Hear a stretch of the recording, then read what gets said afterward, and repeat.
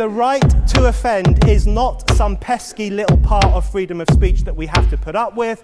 It is the heart and soul and lungs of freedom of speech. It is the coursing lifeblood of human progress. It is the instigator of liberty and modernity and science and understanding.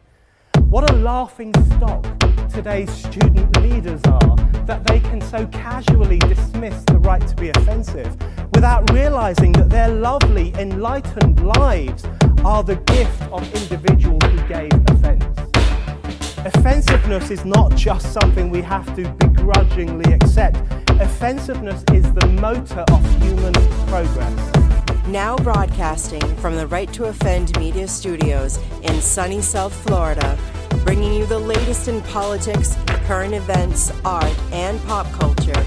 This is the Whitfield Report live with Sam Whitfield.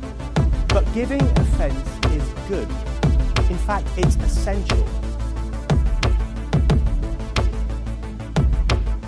Alrighty, well, good evening, ladies and I was gentlemen. going to see how long you would go muted and just nod along like I was listening. But you got it real quick that time. Good job. Yeah, I did. I manually muted the mic that time, but The one fucking time that I'm willing to just let you go muted as long as possible, nailed it. yeah. Every other time you'll go on, and I'm like, Sam, sorry. Welcome to the Whitfield Report. Welcome to the Whitfield Report, where we're on time. And still crippled. Well, Fuck it, we'll do it live. I mean, I've got bad news for you, buddy. You and I are crippled for life. 40 years now, damn it. 41. Almost, Hold almost. on. I mean, you're assuming. Well, What if he maybe. wakes up? What if he wakes up tomorrow just fine? It would be a Christmas motherfucking miracle. Yeah. I honestly would not. I would like to rule that out because it would be cool. If that were to happen, I'd be happy for more. Not gonna lie. So, I wish I woke up and was okay tomorrow morning, man. That would be nice. That's Well- the one thing I will say. We joke about us being crippled, but at least neither of us are mentally crippled. Yeah. oh yeah, unlike I more al- meant that I'm old and everything hurts, but yeah, that too. I am also older and everything hurts, but that's beside the point. Fair enough. I'm no longer. I'm at the point where I'm no longer young, but I'm not old either. Shut up, Sam. And my hip sometimes hurts. But Max is also married to the beautiful Maxine Sand, so life can't be that bad. Can it? You're just trying to kiss multiple asses at the same time now. You know, I see your game. maybe I am, but I'm not wrong either. And the question is, did it work? Yeah. Well, let's see. What was the goal? To forget what the hell we were talking about? Mission accomplished. Well, no, because we have multiple things to talk about. Things happened this week, Sam? It's been 2 weeks, actually, hasn't it? Well, yeah. Well, except for that we went off for like 6 hours on the sandwich makers. And definitely a lot of people saw that already. And that was super fun, by the way. Check that out. Big shout out. Part of the reason why we weren't on last week was I actually had Eric Bishop on the Wednesday show because his book Babylon Will Rise launched. So big shout out to him. I guess like December in the indie author scene is kind of like usually a dead month, but he's selling books, so which is why you would want to release in December and be the one guy. Seems like a smart play on his part. It's paying off, and glad to hear that. I obviously enjoyed his previous books, so yeah, you guys seem to have a lot of fun, and now we're back. So yes, there wasn't us last week, but there was a show last week, and if you missed it, check it out because it was actually pretty good. And also, other news, I was on A Tale of Two Scribes last Monday. 40,000 views. I would have been happy if we got 50 because it was an honor to be on his show. But I'm really, once again, honored that he had me on his show. If you haven't subscribed to the Spear Talk Network, go and check that out at Tale of Two Scribes. It was awesome to be on Eric's show last week, and again, thanks to everyone who subscribed to this show as a result of that, and welcome to the Whitfield Report crew now and Right to Offend Media.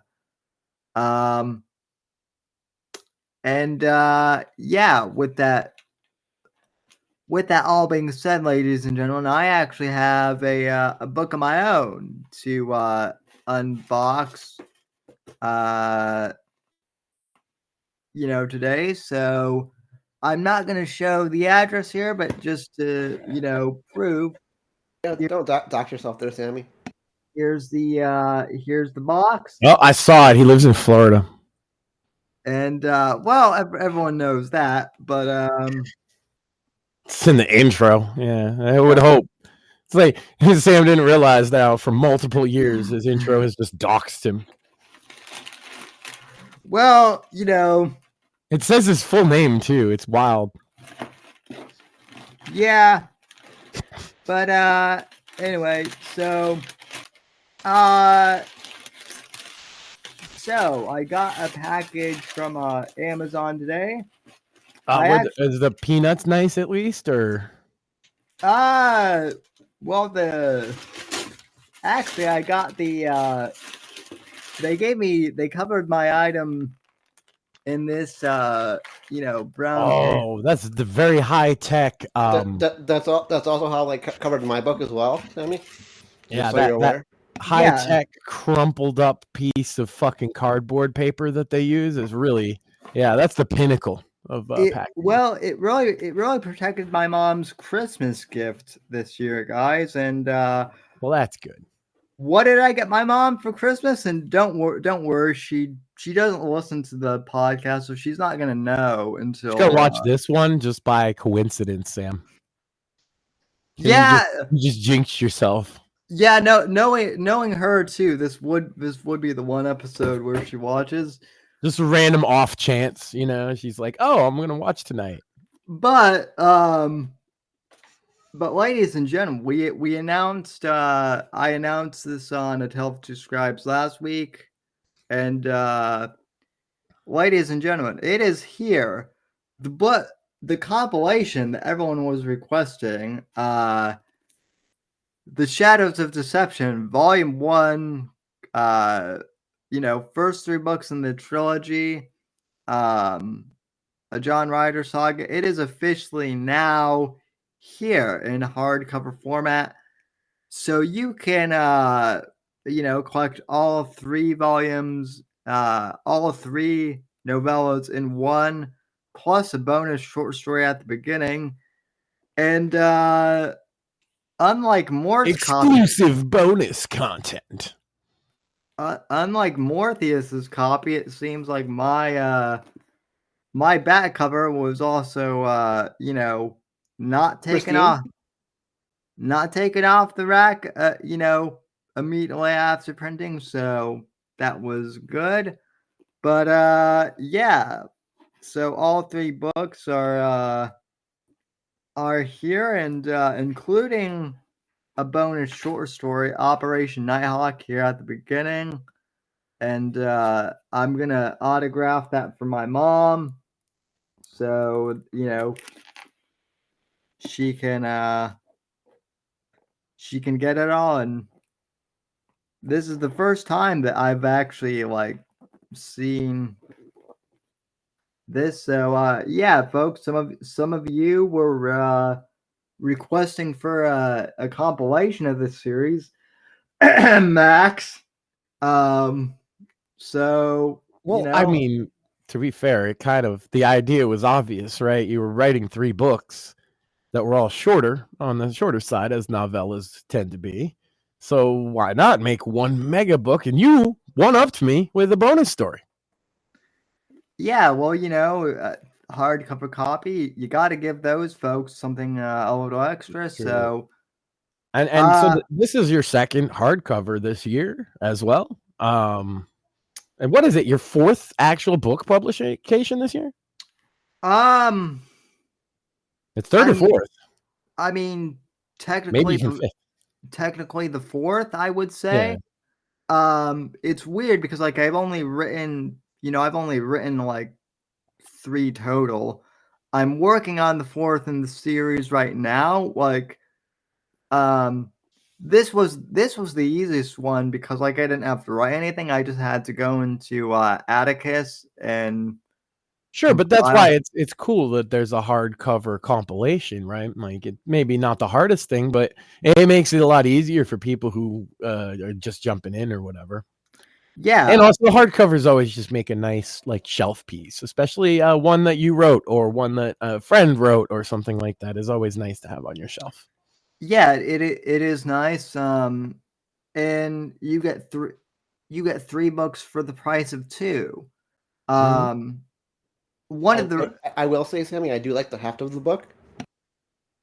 Yeah, that was another thing too. I know that some people like the 5x8, paperback cover, and if that's for you, all 3 paperbacks are still available.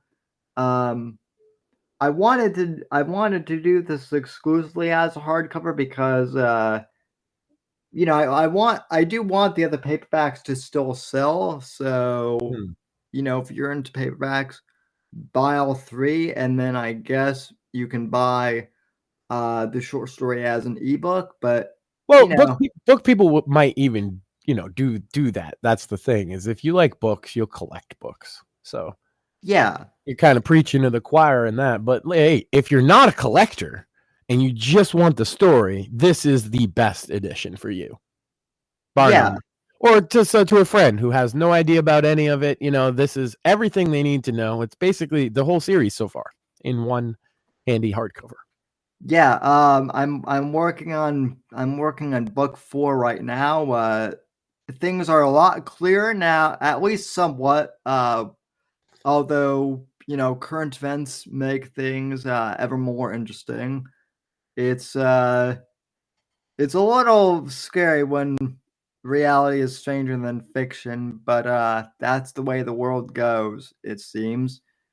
So anyway, you can order that. You can order Shadows of Deception Volume 1 and Blood Ties Volume 1 here as well. Both available in hardcover. Stunning full color hardcovers. And thanks to everyone who has supported both books.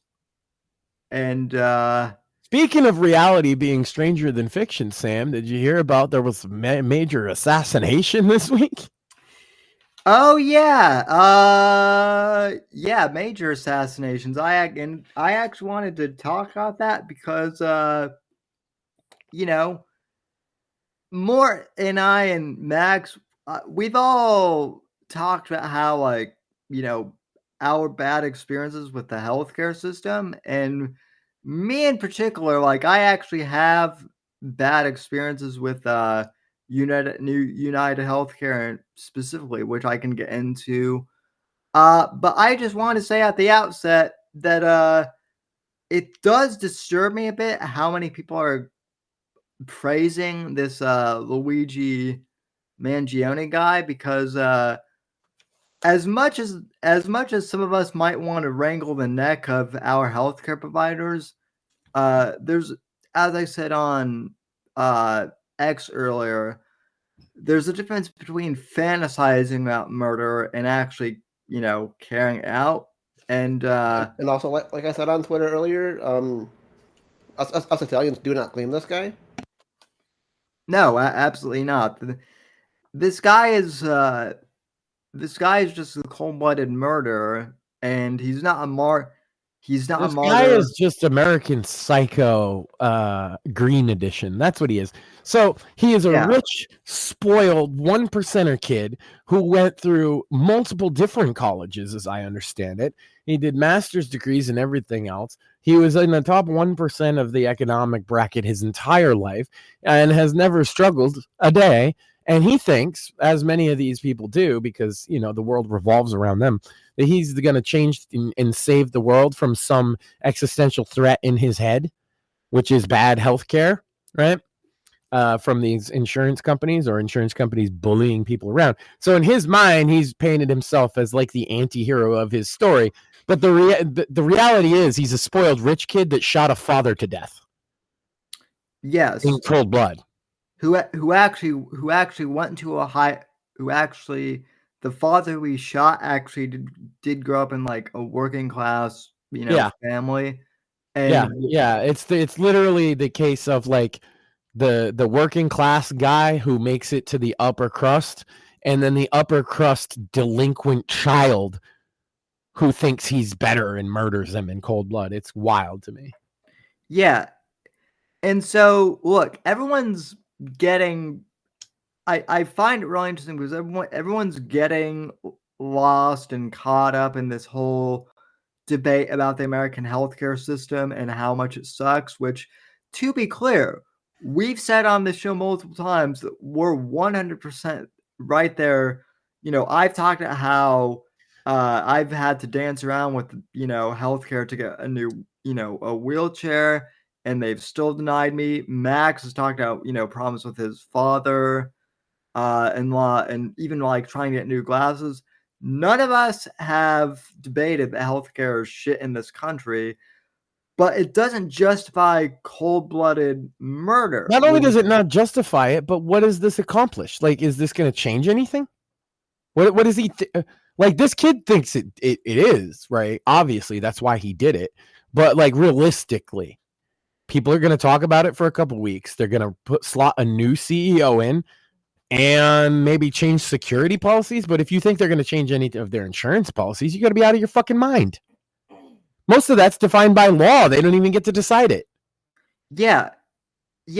Most of what this kid is, complaining out is actually having to do with Obamacare and the laws that were set. Yeah, it's literally we're all complaining about this healthcare system, and the Democrats have managed to frame it like it's the Republicans' fault, but it's their system. It's called Obamacare. It was originally written by fucking Ted Kennedy.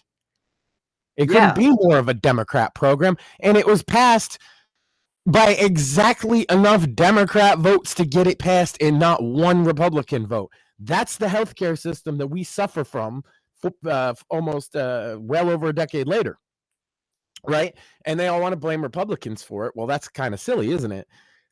And then this guy thinks, what, shooting a CEO is going to change anything? Again, the Obamacare stuff, all government policy, not insurance company policy. Sam, the insurance companies have not benefited nearly as much from Obamacare as people think. Is the big pharmaceutical industry that got the most bulk. Obviously, insurance, I'm not saying they haven't benefited, right? But they've also had to change their entire structure to not run afoul of this law, which has cost them lots of money. And it took them quite a bit of time actually to adjust it first. If you look at their, like the major insurance companies financially, look at their stock tickers and shit. When Obamacare first hit, all of them lost money, all of them, right? And then later on, they were able to recoup it, but they lost money because they had to add new departments. They had to digitize everything. They had to do this. They had to do that. Obamacare wasn't their friend either. The only people who Obamacare really, really benefited was the pharmaceutical companies, the drug manufacturers, the people that manufacture personal protective equipment, the people that manufacture medical supplies. Those are the only people, including the average citizen, who really benefit from Obamacare. Right.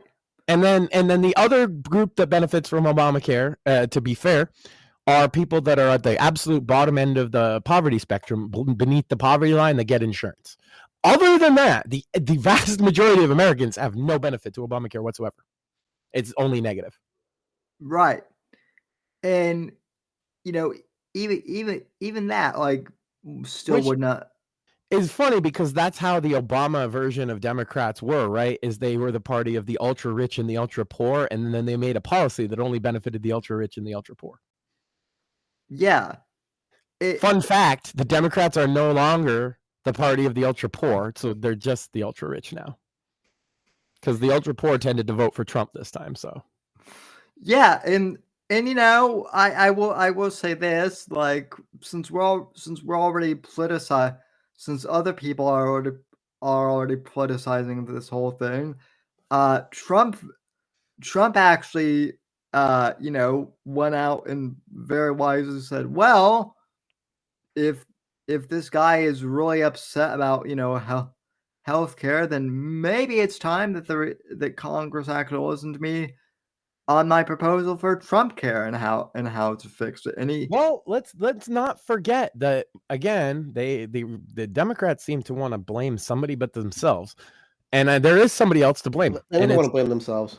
Well, but there is somebody else to blame this time, and it's the Republicans, but not Trump. Trump, in his first term, in his first act, was like, "Okay, Congress, we need to repeal and replace Obamacare." Sam remembers this because I bet you he was pulling his fucking hair out the whole time, right? And because you were covering it every week, so I assume it was fucking probably drive you crazy. This was what, almost 8 years ago now? Yeah. So, yes, he tried to get some other plan for it. He said, literally, offer me anything, and they literally could not pass anything. That's on them because they wanted to, and let's be real. The reason for that was that the neoconservatives, the Bush type people, wanted to sabotage his presidency. So they purposely went against it, and they said, no, we're keeping Obamacare. And what was Trump's final word on the matter? Do you remember, Sam? Well, from what I remember, his whole thing was, okay, well, we'll try and make Obamacare the best possible. Not even. He said, we're going to do with what we got, okay? Right. I'm going to get rid of the mandate because the mandate is the part that's fucking the poor people. And then this system's going to bankrupt itself, and we're just going to have to fix it then. That's what he said. And he said, Obamacare, if you don't want to change it, is going to bankrupt itself and be awful for everybody, and then maybe you will consider changing it. That's what he said. Which he was right, because it and has. Then here we are, people are shooting insurance company CEOs, so clearly it hasn't gotten any better. If I say that the guy's motivations, I don't think were genuine. I think he wanted to perceive himself as a hero rather than he thought he was doing anything good. Yeah, well, but assume he was. Assume that's what he was actually mad about. Then it would be an indication that the system has not improved. I'm sorry. Go ahead, Sam. And so, as far as United Healthcare itself, because I said I would talk about this, United Healthcare has a 34% denial rate compared to the others that are like 16%. And that's why they're the number one insurance company, let's be real, because they deny more people than everybody else. Yeah. Now, when I had to deal with them, it was to try and get like a manual wheelchair, and right. I had to jump through hoop after hoop. Ironic, considering that you're in a wheelchair, that they're going to make you jump through hoops, but that sounds about right. Yeah, and they're like, we're going to set this one on fire, Sam. Go on. And I will say this, that their customer service is fucking atrocious. Not just for me, but like when my mom was going through her cancer treatments, they denied her, and she had stage 1. They denied her because she was only stage 1, and she wasn't sick enough for them to cover her. Right. You got to be terminal to even get our attention. So thank God she had a health savings account through her work. Hey, Sam, remember when Obama said that there would be no rationing under his plan? There wouldn't be any death panels that would decide whether you get health care or not. Didn't you remember he promised that? Yeah. Do we have that? Yeah, we do. Yeah, I of course we have that. I remember that, and all I can say is thank goodness for my mom having a health savings account. Right, yeah. Because and all- otherwise it would have just been, oh, well, go screw yourself until you get sick enough, and then we're going to hope that we can maybe pull you back from the brink. And there's a reason for that, Sam, because, again, this was all written to benefit the pharmaceutical companies, and they make the most money off your mom if she gets to the point where she needs chemo. Well, you want to know what They would rather. This is the crazy part, Sam. They would rather have a person like your mom or somebody with a stage 1 cancer get to the point where you get chemo than they would to take care of the problem during stage 1 immediately. That it's almost universal. So Not the doctors, by the way, the insurance companies. Let's be very clear about that. It's in insurance companies, not doctors, that are making those decisions. Agreed. No, and her oncologist was actually great. Shout out to him. But basically, the insurance company was only going to do one thing for her at the time, which was literally, so she had a very small tumor in her upper right lung. The only thing that the insurance company was able to cover really was to literally remove the upper half of her lung, which wasn't even needed, and instead, so she would have essentially lost a lung. Yeah, because I don't think people understand how they price out surgeries like this. Because for example, when you're dealing with a surgery, you're coming at it from the perspective of a patient, right? And they just tell you the money number that it costs, and you kind of just most people don't really think about it, but they actually charge more in a case like that. Hacking out a whole like half of a lung is better than the targeted surgery to take it out for them, because the targeted surgery literally takes more time, and that's more money. It's simple. It's the surgeon's time is more, so we want to do the hack job essentially. Yeah, the hack job. They always lean towards the hack job, because the hack job just costs less money in surgery fee. Yeah, for better or worse. And look, you could say, well, then surgeons charge too much. That's an argument I hear from the leftists. But they are like one of the most highly specialized groups of people on earth too. So yeah, it's a tough call in that regard. But from the insurance company, that's thinking about the whole pricing, right? But the insurance company, they don't give a fuck how the price occurs. They're looking at 2 surgeries, one of which is a lot cheaper than the other, one of which has a higher risk than the other. And so they're going to go with the one that's cheaper, period. And high and lower risk generally, actually. Sadly to say that take half your lung rather than micro-target a tumor is generally more a lower risk procedure. Yeah. And that's how they make those kind of determinations. And then they're like, oh, well, you're not really sick enough for chemo, so we're just going to offer you the hack surgery and maybe some like painkillers or something. Well, or in some states they'll tell you to go get pot. You got cancer, just go get some pot. It won't make you feel better, really, but it'll make you happier about the whole thing. Yeah. Well, honestly, like I said, I'm glad that she had a health savings account so that she was able, and also to get the proper treatment instead of the cheapest treatment. Yeah, that's definitely a big win for her. And so, but I asked her about this whole thing too, and her immediate response was, what the hell does this CEO's murder have anything to do with the cost of healthcare? And honestly, she's right. It doesn't have anything to do. So again, people are trying to make this, rich, spoiled asshole. Insurance companies don't set the cost. I think that's an important fact of this whole discussion. They're merely reactive to it in a way that's trying to make the most profit off of offering insurance that they're now mandated by law to offer in certain ways. The insurance companies are not the ultimate devil of the whole thing. And if you want to look at one more than the other, I would argue that the real bad guys in healthcare in America are one, Congress, first and foremost, because they're the ones that pass these laws and keep them that way. And then two, Big Pharma, who lobbies for these laws specifically. Yeah. Insurance companies lobby too, no doubt, but they don't set the cost. And the reason that they have to deny people and can deny people is all tied to Obamacare. It's out of their hands. Yeah. So Thanks, Obama. Thanks, so Obama. yeah, thanks, Obama. So to be clear, under Luigi Mangione's logic, and under the logic of the people who support him, Obama should then be ixnayed from the picture if we're going to go through here. I mean, the thing is because we're assuming that there's some sense behind it because other people feel like there is. Yeah, but I don't believe so. No, I don't.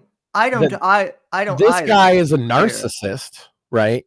Who wanted to be famous, and he's painted himself as some kind of anti-hero martyr to the left because he's a leftist himself, obviously. Right. And it really there is no sense to his plan because, like, on the left, it's a good plan. On the left, they're like, "Oh, you killed a rich guy," right? Yeah. And they're supportive of, or at least some of them are supportive of that. And just because he was a CEO or a rich guy or whatever, they think, "Yeah, that'll show him." Rich guy killed another rich guy. Awesome. Yeah. But it's also this lazy revolution bullshit that they've always done where it's like, yeah, we need a complete revolution in society. How are you going to do that? Terrorism.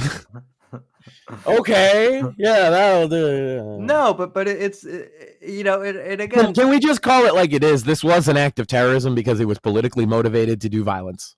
Period. Yeah. This is an act of terrorism. Yeah, that's what I'm saying though, Max. Like I'm not saying anything should happen to Obama or any of these. No, I get you. I just wanted to point out that like we were going along with the idea, like a lot of the left is, that there was some level of rationale behind it. But I think the only thing he was concerned with was how he was perceived. I think he wanted to make himself a martyr. He didn't want to do it like the traditional way a lot of them do, where he didn't want to go like Columbine, right? But he wanted to do violence and wanted to be, seen as a hero for it. And it's completely driven by narcissism, in my opinion. Oh yeah, totally. Well, there might be. I mean, because this has been discussed that there might be some bad blood between his family and whatever that might have attributed it to being partially a revenge motivated thing. But even then, like it's. No, like there's just no there's no logic to this. This is, I'm gonna kill rich guy because rich guys are bad. Yeah, even though I am also a rich guy. Even though I've probably drank more of the trough of fucking privilege than the man I killed ever did in his whole life, even though he's a CEO, he's still the bad guy. I'm the good guy. This is like one of the most privileged fucking Zoomers in America, trying to convince you that he's the underdog. One thing that I saw like circulated online earlier this week about him is, he did this because his mom was denied healthcare by United. Now that's assuming that like, he was some working class stiff. But again, as it's been revealed, like both his parents are loaded. I mean, I don't. They are in the top 1%. Yes. Yeah, I don't ever want to make assumptions, but I do think in this case it's pretty safe to assume that like that any illness that his parents had and any illness that his mother had, they could have paid for out of pocket, unlike a lot of other families. And the thing is other families who actually go through this end up just doing that and fucking they don't kill anybody. Right. This happens to tons of people every fucking day in this country, and that's not a good thing. But it's kind of like when they were blaming video games for the mass shooting problem. It's like, well, but millions of people play those video games, so it can't possibly be that video game is a one-to-one transaction where it turns you into a killer. Just like this, getting rejected by insurance clearly does not make you a killer. Yeah. He made a choice. He made a series of choices. I'm surprised they're only charging this guy with second-degree murder. This is the most first-degree fucking thing I've ever seen. Oh, yeah. Well, not just that, but it's also like he did this in broad fucking daylight, too, if I'm not. Broad daylight. He pre-planned it. Yep. He built a ghost gun to do it. He had a silencer. This is as first-degree, premeditated, cold-blooded murder as I've ever seen. And I'm just in shock that a DA would even suggest to start with second-degree murder. But because a rich guy, it's second-degree, not first. Yeah, that's right. And that's the thing. And this is what a lot of people... The people who are cheering him on, actually, ironically, in a lot of cases, feel like this alienation that rich people can get away with anything. And he was trying to present himself as he was standing up against the rich people. And then that same fucking bullshit corruption that keeps all the rest of us down is going to be used to benefit this little asshole so that he gets off on a lesser fucking charge because he's rich. Just like Hunter Biden. Let me tell you something. If you were anybody else, and you got caught on video with crack and hookers and all that, and especially if you were black, you're in jail. Period. For a long ass time. Yeah. For a long time. If you're a minority in this country and you're on video with crack and hookers, you're fucked. If you're a white guy, you're probably fucked, unless you're fucking Hunter Biden. And it's this two-tier justice system and this two-tier economic system that people are really feeling and reacting to. And this guy sees that and says, yes, now I can pretend to be a superhero. It'll be all about me and how I saved everybody. But what are you going to accomplish by killing this man? Again, I don't understand. Does he think they're not going to make another CEO? Does he think they're going to say, oh, you know what? We're out the insurance game now. That's their business. That's all they do.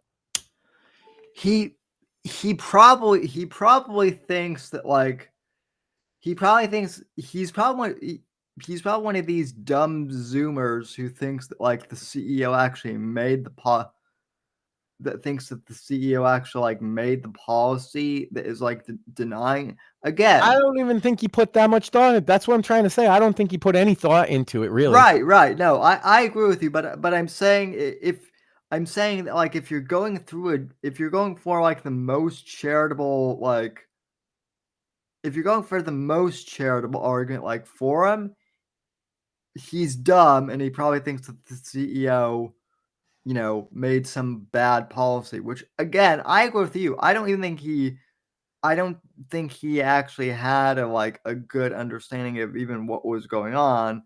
I think he's just, I can be a rich white savior complex. Oh, it's not just rich guy, it's insurance guy. That's poor people hate insurance guys.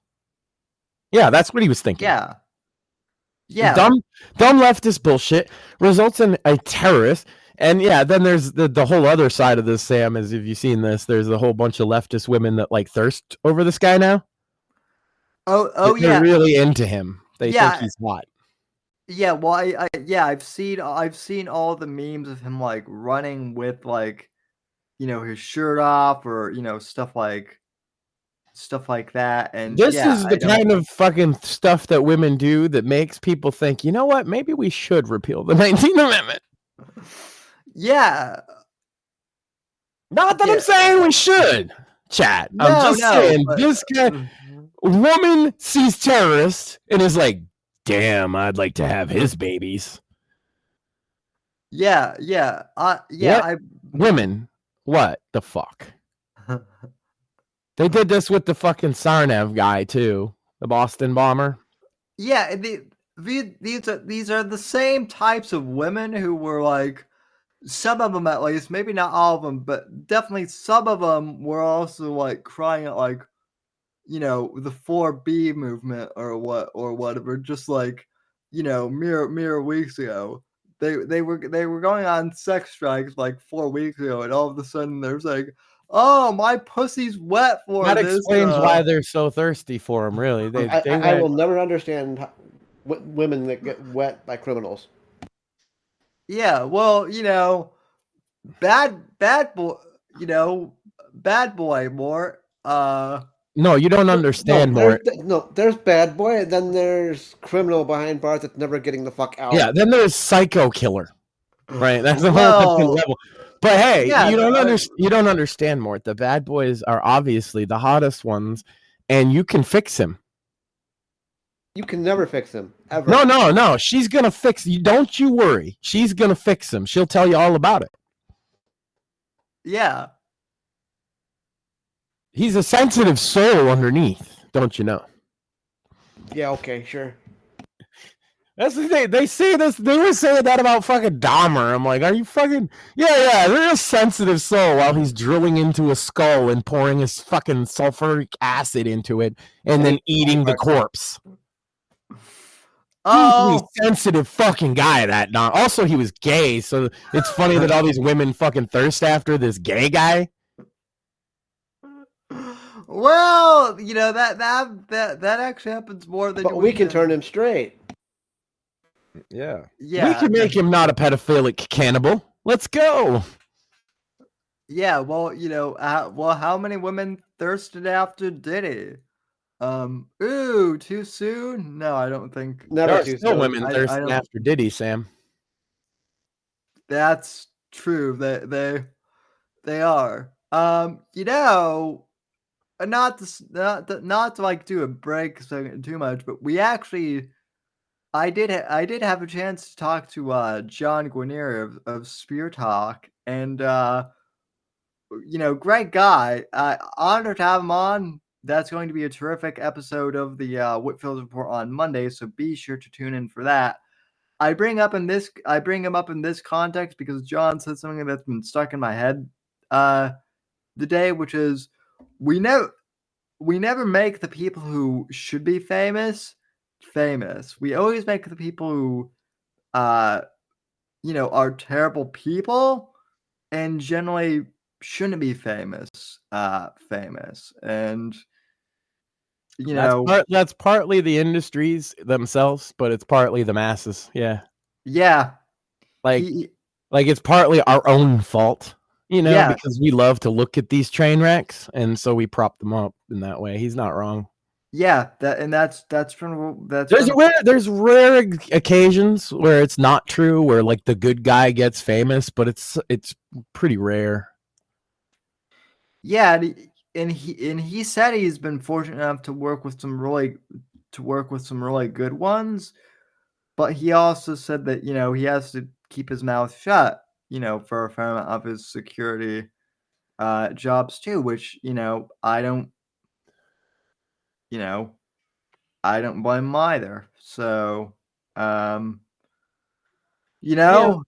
just kind but then you can tell, like I've said this before, like about celebrities in particular, where you get these motherfuckers and they're on there and they're like moral preaching to people about very specific things.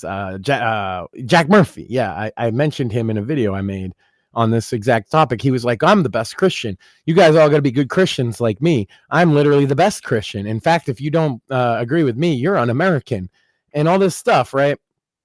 And then like, he gets caught doing, gay porn and all of these other things, very unwholesome behaviors.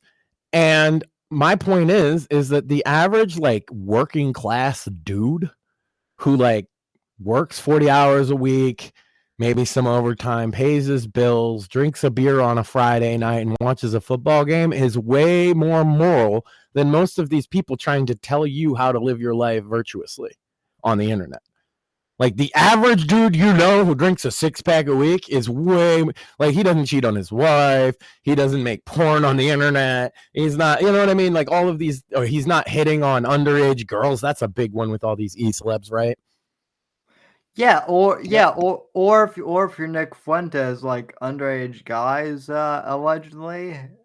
Yeah. Average Joe 6-pack guy though, he ain't telling nobody how to live, but he probably has a better understanding of how to live than all the people that want to tell him how to live, right?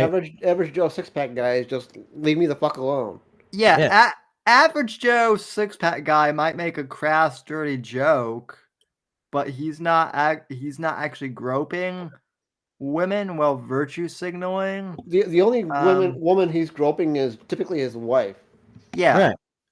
Yeah, and you know, like you said, he might make some off-color jokes. He might not be politically correct. But like, if you look at the totality of him as a person and try and judge where he falls morally, oftentimes it's fairly good. And then these people who want to portray themselves as some kind of big, more virtuous thing than they are, you know.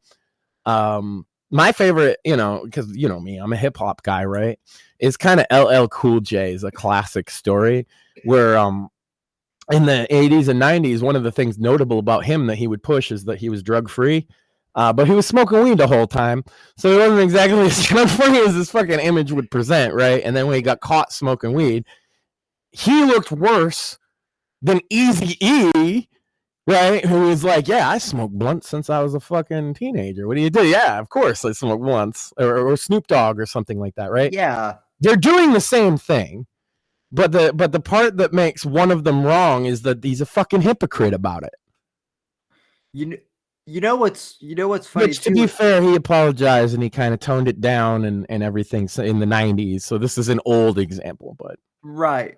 Well, you know what's funny too, and I would be curious to actually talk to Penn, one of the sandwich makers out this is you know, Hayden Christensen, who played Luke Skywalker in the prequels. He's gotten shit on mercilessly from, you know, some of the fans, unfairly, I think, for, you know, his portrayal of Anakin. But if you actually look at him, you know, as a person, like he doesn't really get into, you know, controversy. Really, he hasn't actually had like a public, you know, appearance in years. But everyone has said that, like on this tour. No, I know. I was gonna say I know he's been doing the tour because they recently a couple of people just got like autographs from him or pictures from him. Right. So. Yeah, he's come back out to do this tour now. Yeah, that's cool. but like up until then, you know, he's really kind of been off the radar. Everyone says, you know, that he's like a perfectly like normal, like nice guy, whereas like you have both Mark Hamill and you know, Ewan McGregor, who I don't know as much about Ewan McGregor, but I know that like Mark Hamill has been like, you know, on top of all his TDS stuff, he's been like really abrasive towards like fans and whatnot, and just like really kind of actually nasty. Yeah. The thing with Hayden Christensen is you don't know what his politics are. You don't hear about him getting arrested. You don't hear about him having these bad interactions with fans, and maybe all that, like, you don't know. Maybe there's all of that is real, but you just don't hear about it. Right. And that says a lot, because if he was doing those kind of things, you would, you know, more often than not. Same with you know, same with Keanu Reeves, you know, who's a bit more high profile, but you know, same thing. So yeah. That used to be a very Hollywood mentality too. You know, Tom Hanks very famously for years would refuse to comment on anything political, and now he never shuts up about how much he hates Trump. Breaking his own rule that made him famous in the first place. Yep.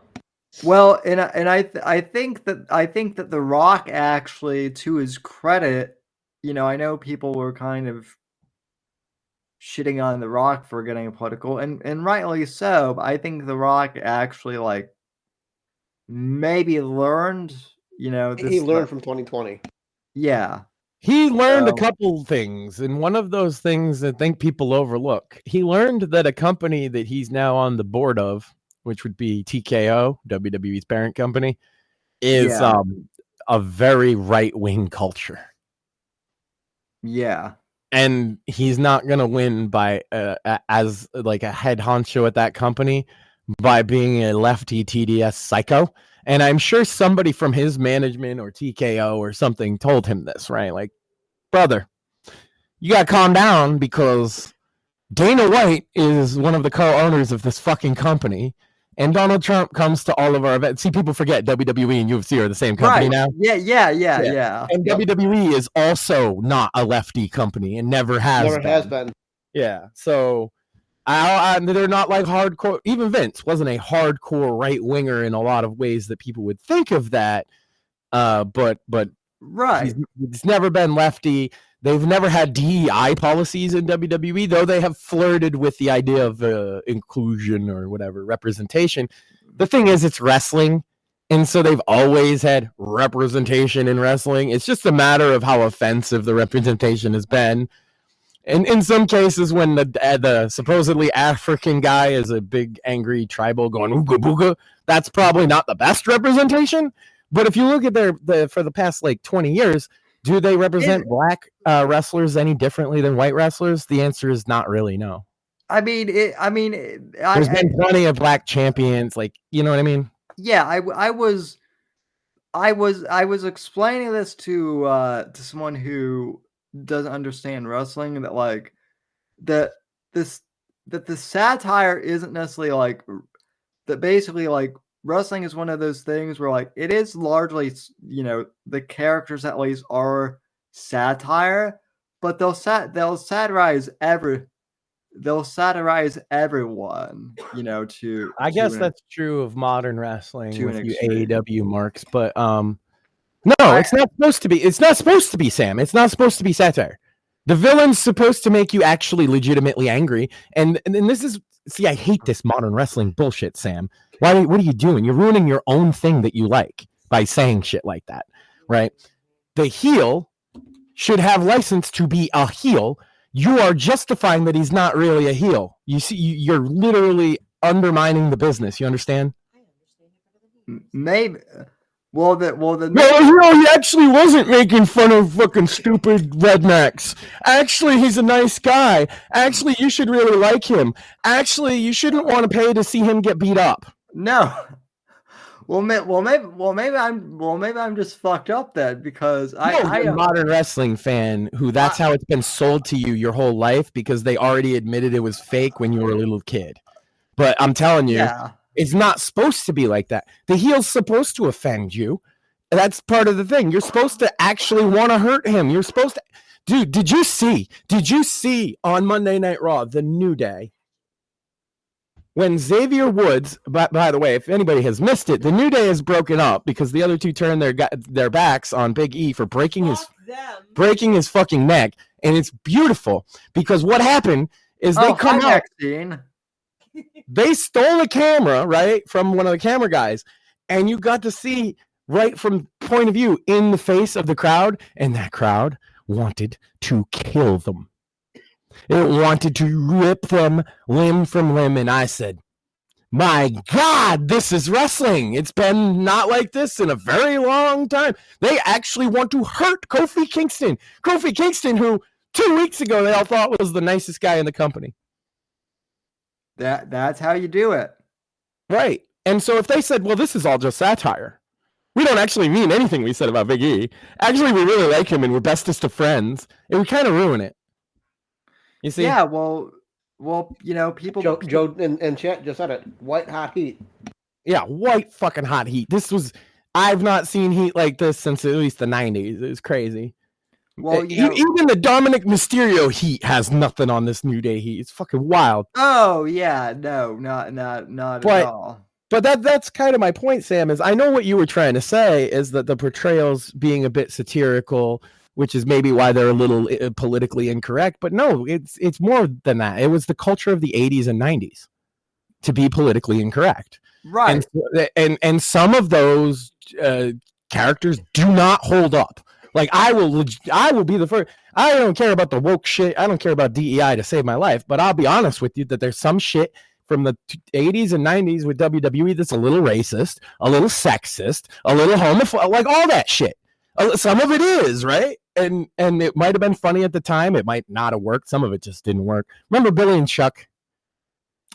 Yeah. Oh, yeah. Yeah, that just didn't work, right? It's just sometimes shit in wrestling just doesn't work. But, like, yeah, there's been shit that was definitely, like, mean-spirited in wrestling. Like, trying to deny that under the guise of it being satirical kind of misses the point.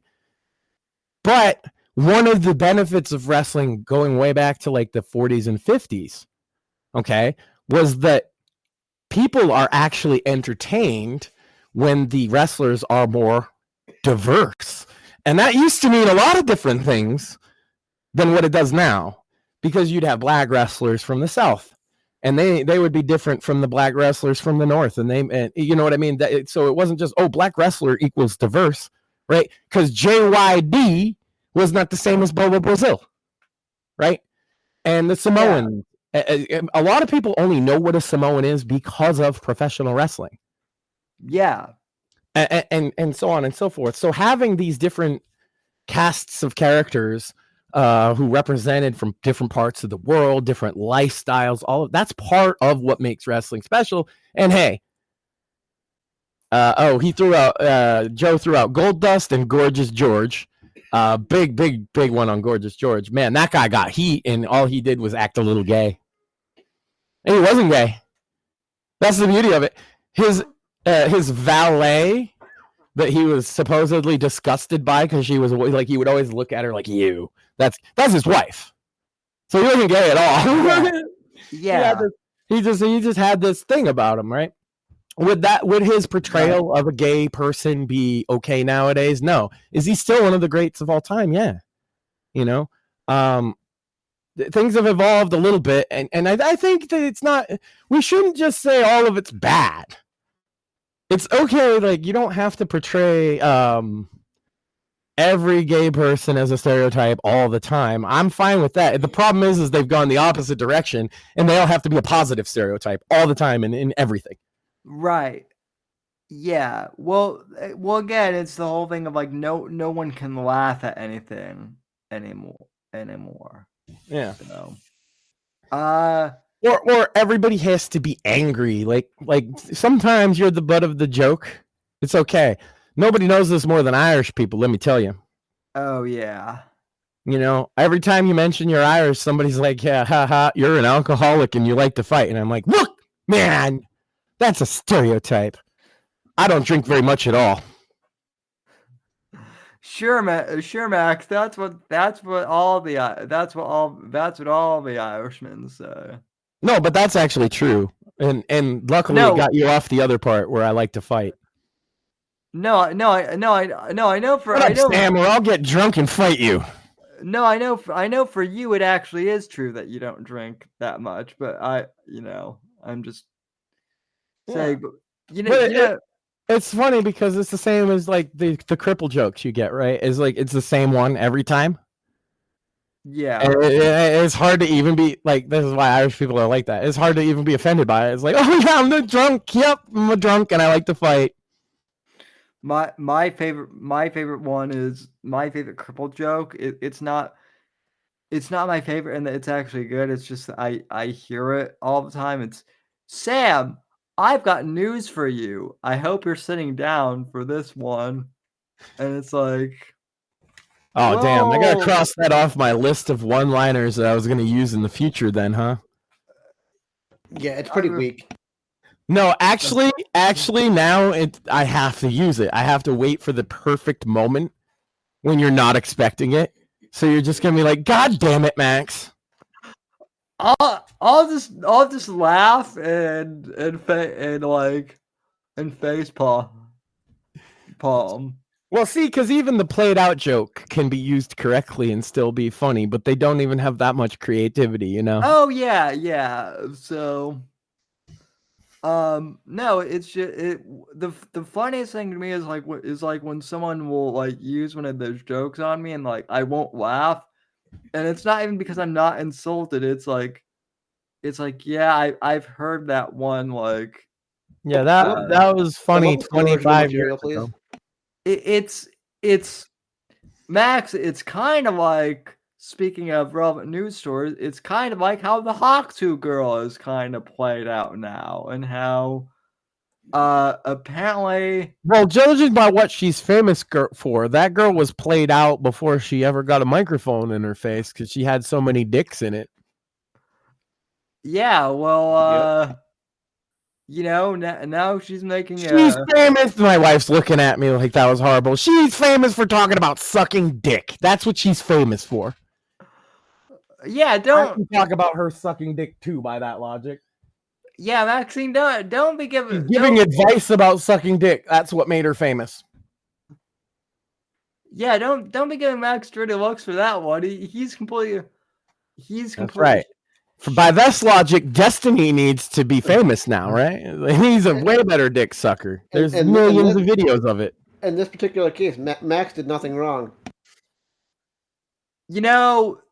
Like, I'd also like to go back to like our whole thing on. I would actually like to take the audience back to, I believe, 2 weeks ago on this program, Max, when we actually talked about this various thing of we won't endorse meme coins for Right to Vend, nor will we ever create one because shit like this. And I know the sandwich makers covered I know Maxine covered a little bit, but for those who missed it, apparently Hawk Tuah came up with like a meme coin, and it was a scam. Massive scam. It is the worst rug pull scam by anybody's metrics. It's so bad that Bitmaps. It's worse than fucking cryptos do. Yeah, it's the worst one I think yet, and unless you count Mount Gox, which was a whole different kind of thing. That wasn't a scam so much as somebody just stole all of it. So what happened is Bitmaps, which is in charge of looking at the blockchain and where the wallets connect and all of that stuff. Bitmaps started it all by putting out a tweet with the map of their coin, and 97% of the wallets were in a cluster together connected to each other, which means they were insider trading. Right. Like, this is a very simplified version of what's going on, but they were trading amongst themselves to try and get in on the market so that day one, when all the fans of this dick sucking girl would buy the coin, right, that their coin would essentially their money gets pulled right out from under them. That's why they call it a rug pull. So the people that are financing the coin initially are those 97% people that own 97% of the coin. Their money is in it, right? And the first thing they do is sell to the market. So they're immediately pulling all of the money out of the coin and all of the money from the people buying the coin. So it all gets taken by a select few wallets that had pre-access. This is very illegal, to be clear. This is like FTC level stuff. I have no doubt the FTC is going to be involved with an investigation regarding this. So I watched a couple of videos on this today. None of which I'm going to play because we're kind of covering it here right now. But just like my initial thought on this is, some people are saying that Hayley, whatever her name, is ignorant of this whole thing because she doesn't know that much about crypto, and that might be true. But she's still the face of it. Yeah, she's the face. She's very likely doesn't know a lot of this stuff. To be fair, it seems like she has no idea. She didn't even know who CoffeeZilla was when he came into a call with her, which shows you how much she knows about the crypto space because they're all terrified of him. And as they should be. Should be. And she wasn't. She got hostile with him, which tells you that she was unaware and maybe nobody had even talked to her about it.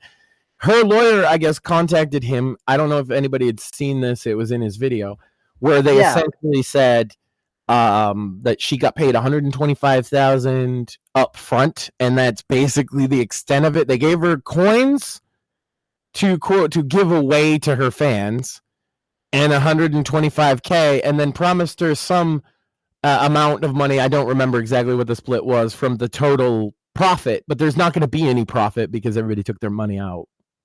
Right. So basically she got paid, And this is what's important is you got like if you're a celebrity of any variety, you got to know your value.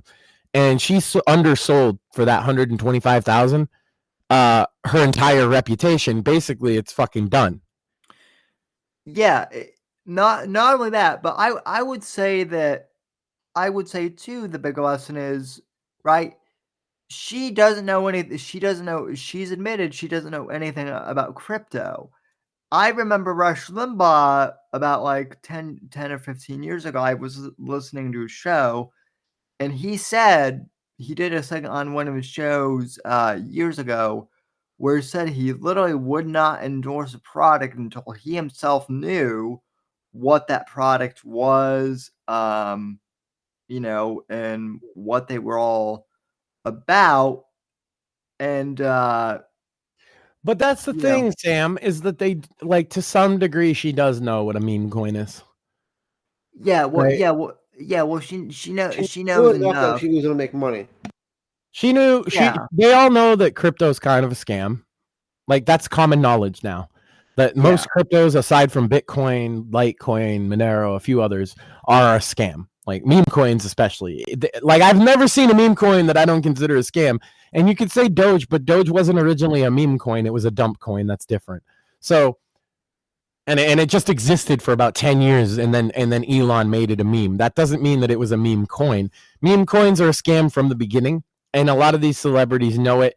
Very famously, you could watch what happened to Logan Paul. Logan Paul, very similar situation. I know how bad Mort gets about it, but Logan Paul said the same thing. He's like, I actually had no idea about the inner workings of it, and they paid him way more than they paid this bitch, by the way. His name's worth more. Right. He didn't sell himself out for $100K like she did, but regardless, yeah, he didn't know how it was run. He didn't realize it was a scam. And you could argue that maybe he didn't know it was a scam because the crypto meme coin stuff, he was one of the first big ones. Yeah, I remember that. And then all these people got in, and then they all rug pulled. The thing is that his team might have not even been part of the rug pull. Same with Hayley in this situation. There might have been other people. The team, gave some coins to these people, that people, and those people do the actual rug pulling. The thing that gets me is that the teams are always like, we're going to do something cool with these coins. What the fuck can you do that's cool with these goddamn coins? Well, it's the same fucking thing every time, and you know what it is, Mort. You're going to get into a special Discord. Yep. Which is free, by the way, which is free to set up for anybody. Hey, yep. Instead of us having a meme coin, for you to join a special Discord, you can join our Gilded. Gilded, yeah.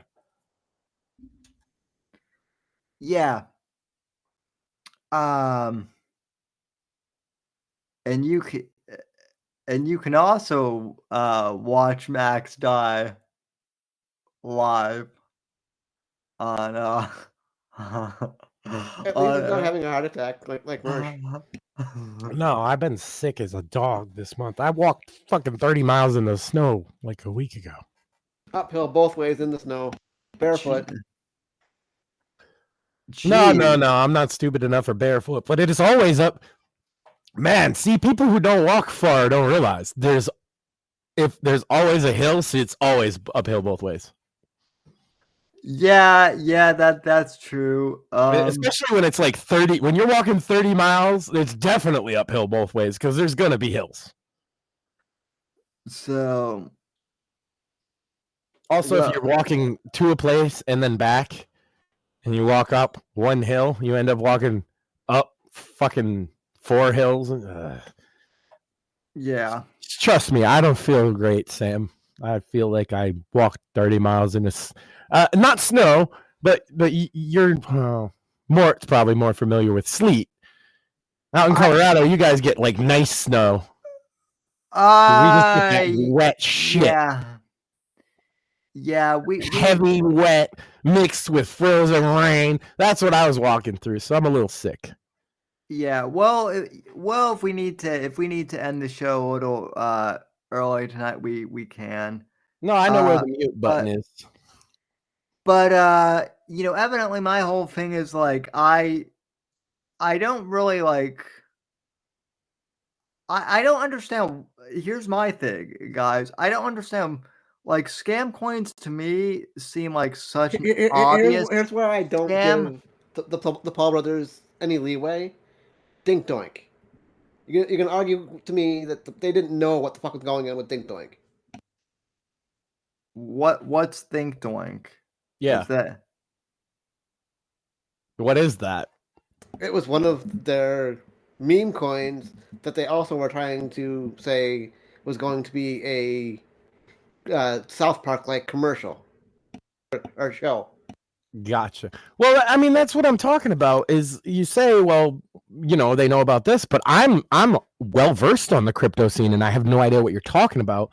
And then these people are even further removed from it, so it's no shock that Hayley or somebody like Logan Paul would have no fucking clue about crypto scams until they become the face of one. It's not surprising, but man, my advice if you're like a celebrity is just say no to fucking meme coins, bro. Like it's never gonna end well.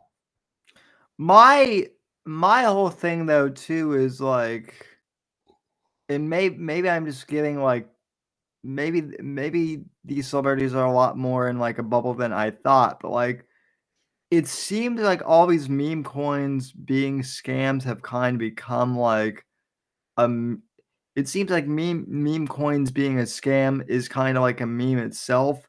So I guess what possesses like all these celebrities to be like, oh, but not my meme coin. My meme coin is going to be like, because Sam, they've all understood the massive and powerful force of magic known as irony. You see, my coin, the boogie defense, my coin is a scam and it's gonna make you poor, you see. So I'm not responsible for anything because I am a man child. That's basically the fucking logic. Yeah. I hate to say it too, but it's like I don't want to say that people. It's not about the money, Sam. The $20 or whatever you buy the coin for gets you a ticket so that you can come into our super secret private Discord server that costs us $0 to set up and $0 to run. I mean, I don't want to say people deserve to be ripped off, but if you're literally advertising yourself as like a scam and people are buying it, they do deserve to be ripped off, Sam, because they're all trying to get rich quick off of it. That's the other part that people don't want to talk about. All the people that got scammed are trying to get rich quick. Okay, so I'm not an asshole for thinking that. No, I don't think that at all. I think there was a small, like, let's just specifically talk about the fucking Hawk Tuah Girl coin, okay? Was there a percentage of them that were fans of hers that were buying it specifically for whatever Discord server that they were offering? Were they buying it because they want to support the person they like? Yes, there were definitely some of those, but the vast majority, as with any meme coin, is crypto bros who are trying to get in on the pump and dump when they can dump. Does that make sense? Yeah. Probably like 80+%, if not more, that people weren't insider trading, were crypto bros trying to make a quick buck. And a lot of them did at the expense of her fans. Oh yeah, for sure. Did her fans deserve to get scammed like that? I don't think so. But most of the people did. Yeah. And that's a hot take that a lot of people aren't going to like, but a lot of those people, they knew exactly what they were getting into. They knew the risk. They know what a rug pull is. See, it's this arrogance. I had a guy like this. Do you remember BitConnect? Yep. Yeah. This guy, and he's a smart guy, one of the smartest guys in our group. We knew him years ago. He advocated that we should all go in on BitConnect, and we were like, bro, that's a scam. And he's like, don't worry, I'm smart, you see. I'll get my money out before the scam happens when you can actually make money, and then we'll all make money. And we were all like, no, fuck you. That guy invested his entire life savings into this project. And if you know anything about BitConnect, there was never a point you could take your money out, period. It was never meant to do that. Oh, no. So he lost his life savings, and he was calling us risk-averse pussies and shit, and because he knew better. That's the mindset of these guys. They're gonna scam the scammer. So do they deserve to get scammed? Yes, they do. But wrapped up in that is going to be a 17-year-old who works a part-time job and really likes this fucking chick for whatever reason, wants to get in her Discord server. He's going to be taken advantage of too. But the vast majority of them are these bullshitters that are trying to get one over on everybody. Yeah, well, but that's why we won't be doing a meme coin, even ironically. I mean, because it just has the whiff of a scam immediately, doesn't it? If we said we're announcing a fucking coin, you'd be like, our audience would roll their fucking eyes. Well, not just that, but like, you know, the thing of it is, like, we have, like, and I actually talked about this with I asked John his whole opinion on this crypto. Yeah, he had some interesting takes about the Hawk Tuah Girl just in general. But one of the things that he said, which regarding crypto, is like, you know, he likes independent media because of things like this, where like this is a book that you can physically and tangibly hold. And like, an interesting point, right, is from the art perspective. And this is where I'm like, a lot of like gamers especially have it all wrong in regards to NFTs. Okay. NFTs can be a great thing for artists. And 100%.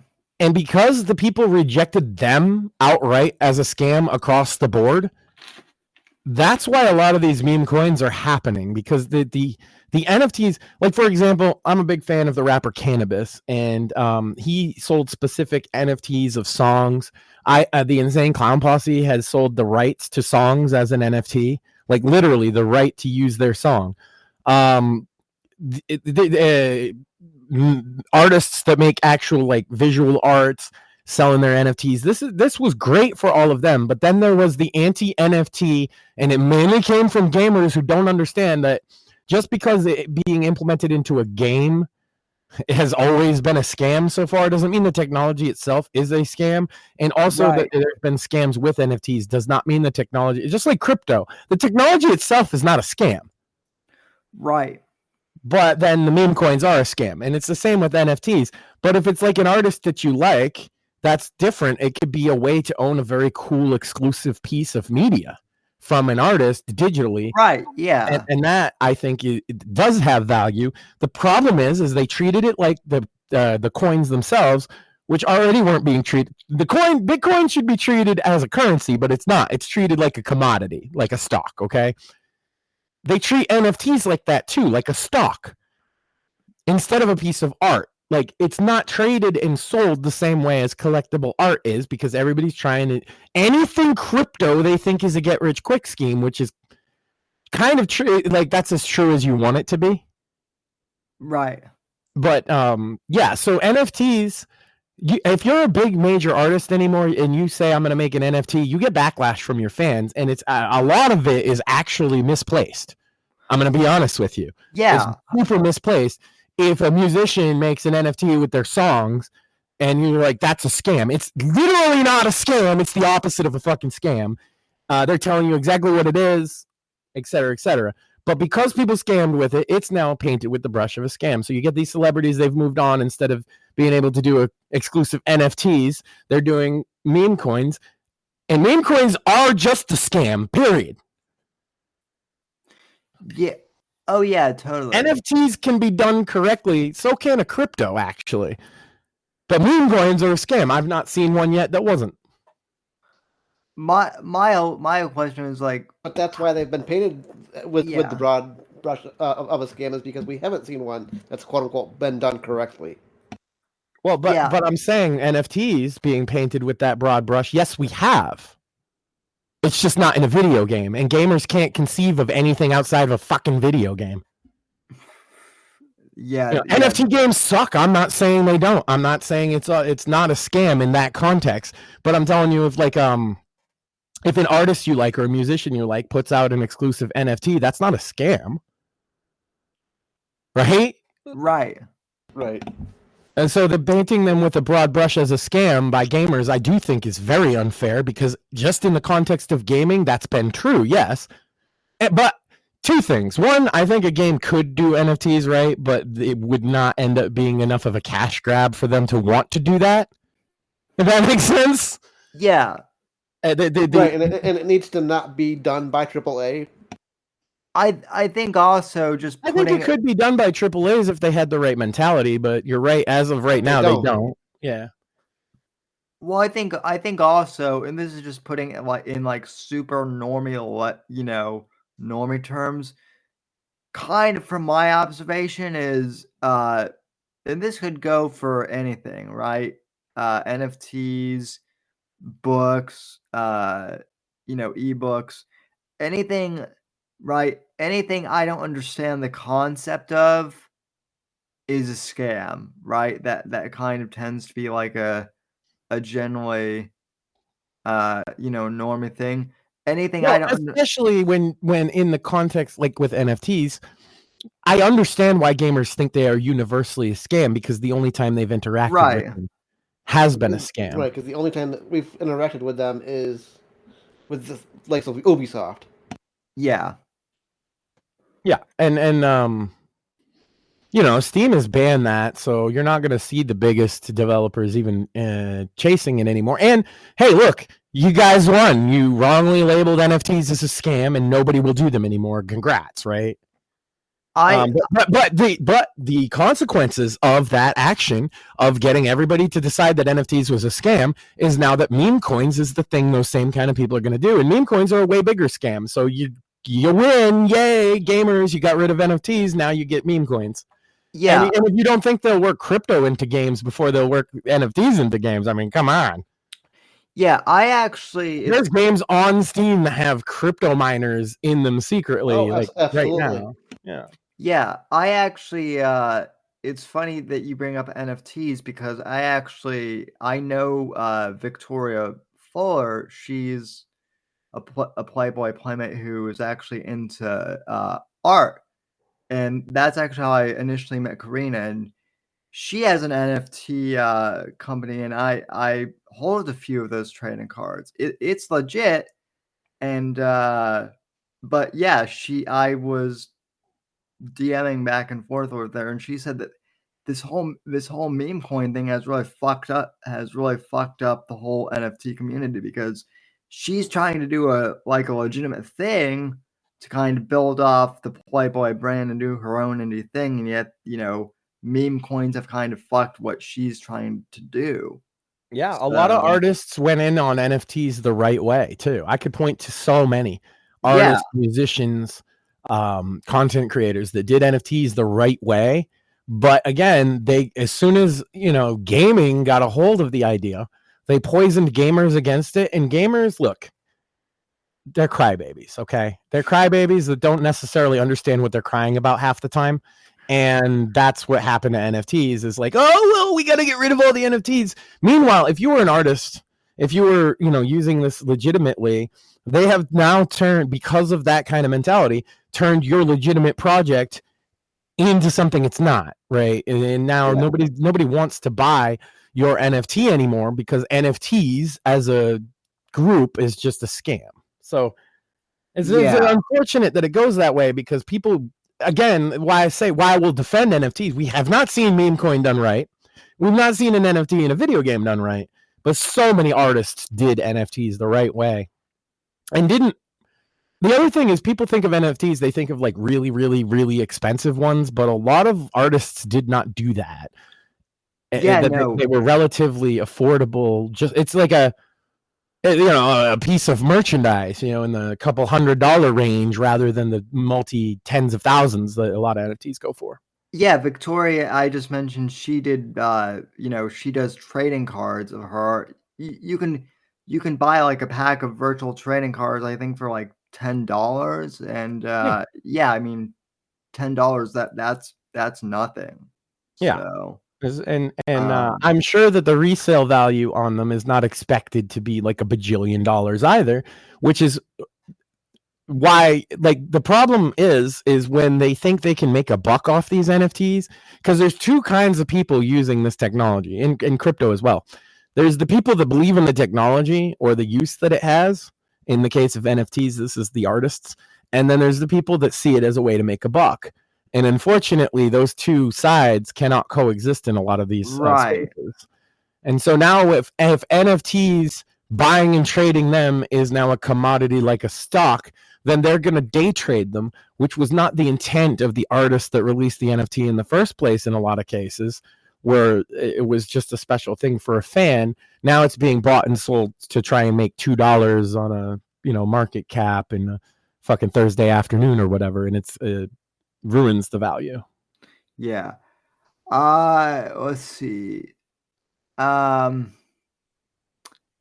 Joe Fish has a couple of comments about wrestling from a few minutes ago, and then Apex says, "Hey fellas, hello, hey Apex." So let's see. We've talked about the spoiled rich kid assassination and NFTs, and what else we got? The Hawk Tuah ending her career. We'll see. I don't know. It depends on if she goes to jail. I think if she doesn't go to jail, she's going to make a comeback and everybody's going to be mad about it, but it's definitely going to happen. It's kind of like the Paul brothers. Like, so many people hate them, but they're super famous. Well, so that's the thing is, like, you don't have to be liked by the masses anymore to be famous, which is wild. You can be hated by the masses and be famous. Yeah, no, that. Well, like I just said, when I talked to John, one of the things he said is there are so many people that shouldn't be famous that are famous, and Yeah, but he's more talking about how they act, and I'm just saying, like, these people, because that's more like old school security guy wisdom, which I totally relate to, where some of them are just dickheads and don't deserve their fame. But this is different than that. We are now rewarding people with fame who we hate. Every time you click something about Andrew Tate, right, it just makes him more famous. Yeah. No. You name it. The Paul brothers, this Hayley chick. Every time, Tim Pool, in my case, every time. This is why I go out of my way to not ever touch anything to do with Tim Pool, because I just don't want to validate him with my hate, because it doesn't make him more famous. So it's wild to me that we've gone that. Like, you can be famous for being somebody that literally nobody likes and make money. This is a career path. Look at Johnny fucking Somali. Well, I mean, on a smaller scale, kind of like something we can relate to. I mean, look at Ethan Ralph and Mersh as like two, as two, examples on the smaller end. I mean, both are hated, and both actually hate themselves too. In the case of Ethan Ralph, it's most of the people who know him now they weren't around when he was like popular and people liked him. And so his entire, I would say, Ethan Ralph, like most of his audience now, has always hated him since they started knowing about him. It's crazy to me. But they'll donate him money. They'll keep his lifestyle going because they want to see. And to be fair, I kind of get that, because it's like, I want to see what he's going to do next. But at the same time, they're propping this guy's whole lifestyle up that they say they hate so much. Well, that's the same exact thing with Mersh too. It's like I only knew about Mersh because of Pod Awful and You. Yeah. I never heard about him when he was popular, if he ever was. He got popular because he was initially, dogging on Owen Benjamin, and then, now he's made up with Owen. Well, yeah, I mean, that's how all these internet losers end up going, right? Is like they alienate so many people that they need an ally that's equally as off-putting or worse. It's kind of like when a group of girls, they have that one really, really fat friend that they all gas up until she's great. Yeah. Yeah, that's what Mersh is doing to Owen Benjamin right now. He's like, yeah, you're not fat at all. You're the hottest one. Well, speaking of Mersh, and you go get him, girl. speaking of merch and scams and whatnot, merch is actually claiming now that that Rumble is like a pyramid scheme and that Rumble is a scam, which is He's funny. been saying that for a while. I'm waiting for him to explain how it works.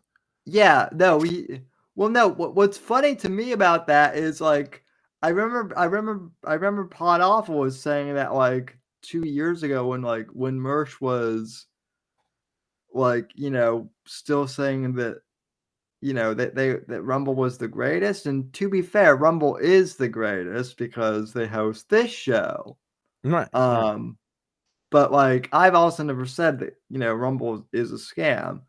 But I find it funny because, by Mercer's logic, he would kind of be admitting that like Pod Awful is right? If Pod Awful was the one who was saying that Rumble is a scam, and now Merch is also saying that Rumble is a scam, then wouldn't this be a Pod Awful 1 moment? It's amazing to me that everybody wants to talk about. This goes for Pod Awful too, whether Rumble's a scam or not. But those, I don't see people talking about the giant scam of YouTube demonetization, which is a scam. Yep. Oh yeah. How's it a scam, Max? Well, I'm glad you asked. If these demonetized words that you said are so awful that advertisers will not advertise, then surely YouTube wouldn't put ads on that video and then take the ad money for themselves, right? Oh, that's exactly what demonetization means on YouTube. It means that we're going to put your content up, but you don't get paid for it. We get paid for it. Oh, the advertisers, they don't like those dirty words you use, but we're going to put those ads on there anyway. So you said a dirty word, you don't get paid. Or how about this, Max? Or let's say that your channel isn't even eligible for monetization yet. Okay, you haven't met the requirements for being eligible for advertising, but they'll still run ads on your video that you don't get to choose. That's right. Right? The whole scam is you have to dance to the tune that they want you to dance to, or you do not get paid. Period. Dance, monkey, dance. Yeah. Because I'll tell you, those things that they see, we've discussed this before, but those things that they say you're not allowed to say on YouTube because of advertisers, they say them on broadcast television and radio every day. And they get all of the advertisers. You think Budweiser, fucking Coca-Cola, you think they give a fuck that on a Forensic Files episode they said the word suicide? No, they don't give a fuck. They advertise on that show anyway. Why? Because it's on fucking TV and because there's people watching it. And if your YouTube channel has people watching it, they're going to advertise it on it anyway too. It's just a matter of whether YouTube wants to give you the money or take it themselves. And guess what their preference is? It's not to give you the money. Right. Yeah, it's funny, Max, because Rumble's a scam, though, Sam. Well, listen, I'll tell you this. I've had a hell of a lot less trouble getting my money out of Rumble than I have out of fucking YouTube. You want to fucking bet? Well, listen, unlike YouTube, which has never paid me a cent, despite the years of content I put up on their platform, I've gotten paid by Rumble. That's right. If you think about it too, like I might not get a deposit from Rumble like every month, but on all the videos that I've gotten, that are on this channel, I get a fraction of a cent from advertising on each one of those, which does accumulate over time. That's more money, even though it's just like a fraction of a cent that I've made in my entire YouTube career. So, I mean, if that's a scam, then like that's a pretty. If that's a scam, then scam away, damn it. Yeah, that's actually a pretty bad scheme. If I'm actually making money, I've been monetized on YouTube, and I got very little out of it, and I had to fight for it. Yeah, And that's, I mean, let's not even forget, you just appealed your YouTube channel and they said, yeah, we still say that it belongs banned. We're not going to tell you why. Yeah, so that's the other funny thing too is ever since I So Grandpa eulogizing is still canon. yep. And here's the reason why they said that, Sam. Do you know why they said that? Because they deleted your fucking channel and they didn't review shit, Sam. They didn't review shit. Your channel's been gone a year and a half. There's nothing for them to even look at. So they couldn't tell you what it was banned for. And they're just reupholding their fucking original decision. And so, yeah, you're going to stay. I kind of figured that was going to happen, but I said, I think you should do it because people are always asking us, why doesn't Sam have his YouTube channel? Let's fucking, yeah, okay. You want to see what it's like? This is what it's like. They told him he can't eulogize his grandfather. And here we are a year later, and his channel's gone. It's gone. They can't even look at it, but they're still telling him it's banned. Well, what's funny is so, or rather, they're still saying you broke the rules, even though they can't even check that. Yeah. So no, what's funny is I'm on a podcast, episode now, Tell to Scribes, which has gotten like 42,000 views on YouTube. So like I'm more like I might not be like viral, but I've gotten visibility on a platform that I'm no longer even allowed to, participate in, which is which is why the next step, now that we know, okay, Sam can't get his main channel back, which they weren't gonna. I knew they weren't gonna do it because it's deleted. There's no way in hell it's not gone forever, right? Yeah, but you did the right thing by trying. Yeah. No, and by the way, just for the clarification, because people ask me in particular about your YouTube channel so often. For clarification purposes, this is the second time you've appealed. Yeah. You appealed right when it happened, and now you said, okay, I've waited a year and a half. Let's test it again. And both times, I personally don't think they reviewed anything and just decided. They absolutely didn't. And then also the other thing too is I've also gotten tweets from, the YouTube creators Twitter being like, "Hi, can you give us your URL link?" And each time I've said, okay, like, can you please at least, if there's an actual human here, can you at least give me a reason? What is it that I got banned for? Yeah, and we're waiting. We're getting close to 2 years, and the answer is, wouldn't you like to know? Yeah. Yeah, no, I've told people like that my channel got, like, I even told John, you'll see this in the podcast, like I told him that my channel got banned and he gave me this weird People don't believe me, Sam. Like, you're so tame. People are like, why? What did you get banned for? My only thing is, I don't know. I'll tell you this though. I told John this today. The real truth is you might have stepped in it about COVID stuff because they changed the information what you're allowed to say about COVID every fucking week. That's if we're really to say what probably led to the channel ban, it was probably something related to COVID misinformation, which they wouldn't ban you for right now, by the way. Yeah, that's the funny thing. Well, I did tell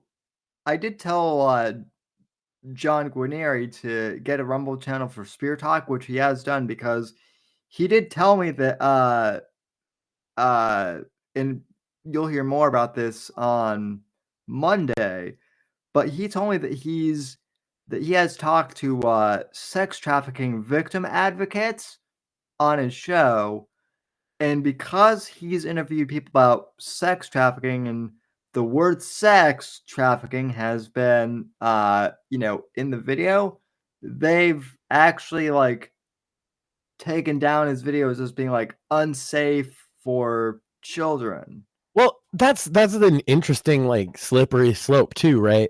That we talked about this on the Sandwich Makers, but a quick recap of what I said was originally, and still to this day on broadcast television, like Law and Order SVU, right? They would refer to a rape victim. They would say the word rape. YouTube has decided that rape wasn't acceptable because of, advertisers. Okay. So people started saying sexual assault, right? And then sexual assault became, because they know that you're replacing the word, they know the intent. They're like, you can't say sexual assault. So they started saying SA, right? And then again, YouTube said, we know the intent. We want you to not discuss this topic at all. That's what it really is. They don't want you to discuss the topic at all. But we keep finding replacement words. The funnier one now is I see a lot of like even lefty women using the word, the term graped. And it's like, because that's what people are going to do, because these are words that mean something and that people do talk about sometimes. Murder, true crime is a discussion topic. Terrorism is a discussion topic. All of these things normal people talk about. YouTube is telling you, basically openly, you cannot discuss this topic on our platform, period. And then somebody does what is a normal thing, like you're saying John did, and has somebody tell their victim story rather than, it's not like they're a perpetrator story, right? It's a victim story. But because it contains terms related to the crime itself, this victim is now silenced by YouTube. And I find that disgusting, but that's how it is. That's where we're at. Or hey, in John's case, or hey, I run an advocacy group, helping these trafficked children, and hey, I have this opportunity to go on this, very like well-regarded podcast and tell others about like you're helping victims by discussing this, and you are trying to hamper that process. It's actually disgusting. It is. It is. Yes. Look, a group for survivors of human trafficking being able to discuss what happened to them in the terms that they feel comfortable with. I don't see a problem with that, but YouTube does. It's adult content, by the way. Think about that too. You have to specify if your shit's made for kids or with kids in mind at all, right? So it is adult content. YouTube knows this is adult content, and they're still saying you can't have the conversation. Yeah, which to be fair, when the made for kids thing initially like happened, I was actually like, that was one thing where I was like, okay, this is actually okay. Like you should specify it. But like that's where it should have stopped, right? And for that, like, Right, but that's part of the corporate cleanup that they're trying to do of YouTube to make it from YouTube into UsTube, where the corporations are all the big channels, and you can still make your little small channel, but they're not going to promote you. They're not going to help you move up the algorithm and actively suppress you if you get too big. This is what a lot of independent creators are experiencing now. If you're too big and you're not part of the corpo program, you get throttled, Yeah. So yeah, YouTube is like as anti-art and anti-free speech and anti-independent media as it can be. Yeah. To me, that's a scam. To me that's a scam. I don't know who it was, but someone like a few weeks ago tweeted that like YouTube has been great for independent journalism, and I just quote tweeted that, and I went LOL. Because that's a conflicting statement, isn't it? Right? Because it's true to some degree, but then YouTube itself has been the biggest enemy of independent journalism after it was the catalyst for the rise of a lot of it. They're right in that regard. Pre-Google YouTube especially was where citizen journalism kind of became a real thing. Alex Jones was on there and all that. Yeah. Andrew Breitbart broke the the Anthony Weiner story on YouTube. It absolutely helped grow independent journalism until it decided that it didn't like it anymore, and now it's been helping to try and protect corporate journalism and corporate media. And see, that's the other part, is that we're kind of locked into the politics news bubble to a large degree, but they're doing this in every other area as well. It's the sanitization of YouTube to get rid of independent creators. And it's amazing if you stop for a second to like listen to what the other side is saying too, the left has all the same problems with YouTube that we do. Oh yeah. I've actually talked to a few of them about They that. now the ones that I'm talking to obviously understand we're being censored and they're being censored, but they're telling me that a lot of the people on their side believe that only the left is being censored and that they believe this for several years now. Yeah. But the truth is, look, you guys on the left, you're too far outside corporate mainstream, and so are we. We're actually in the same boat, even though we completely disagree on probably everything. Yeah, and listen, those are actually the types that like we would have conversations with. They might get a little heated, and we might disagree, but we would have those conversations. But we couldn't have our conversations on YouTube because They'll ban us both. Anti-corpo. Yeah. Yeah. If you're anti-corporate, you're kind of on the same side nowadays, whether you like it or not, to some degree. Yeah, that's what that's what happened with Zach James. He actually like specifically with him and Instagram, like he's shadow banned on Instagram to the point where last month he's like, I'm not selling any books right now, so I'm gonna take a break from social media entirely, which I think is good on him. So. Yeah, I've been doing less and less of it myself, as famously as you know, Sam, I pretty much only use Twitter for that. And I was always like, well, what's the point of everybody? You guys have been like, oh, well, Insta. You guys are all on Insta. And I'm just like, but like, here's the thing I don't like about Insta culture, Sam, is like everybody's kind of trying to big themselves up and self-promote. And I don't really do a lot of that. Yeah, no, I get that. If it's one of those, it's John and I talked about this again. It's like one of those necessary evil things. Like I'm not really into like self-promoting myself either, but like I have the show and I am I'm banned on Meta, so yeah. Well, again, like completely. Like me as a person, I am not welcome on a Meta platform. So you're banned on Meta to the point where Maxine is single. Yeah. Well, yeah. It's so. Yeah, I'm pretty well banned on all Facebook platforms at this point. So. Yeah, I'm not, but like, and that it's because I went to Straight Pride. Talk amongst yourselves. Give me a couple of minutes, and I will show you something cool. Okay, well, while we're waiting for cool things, how has Mr. Mortheous been? Doing pretty good. We were supposed to have a Bits and Bones this past Sunday, but right as it was supposed to happen, I ended up getting sick. We plan on having Bits and Bones on Sunday, 10 o'clock p.m. Sunday night, and it's been a pretty interesting week in gaming so far. Yeah, very interesting. Very interesting week in gaming, and I'm not gonna lie, I'm one of those that absolutely wanted to hate the Indiana Jones game, but everything that I'm seeing now, it seems pretty interesting. As of right now, I really can't shit on it. Yeah, me either. I do know that like for right now it's console exclusive to like PC and Xbox, but I do know that like later on sometime next year, it'll get ported to it'll get ported to like other consoles like the PS5, which I actually think is good because hear me out, that'll give them an opportunity to like fix any bugs that they have, which is stupid because like you've heard my rant, but like games should be finished on release.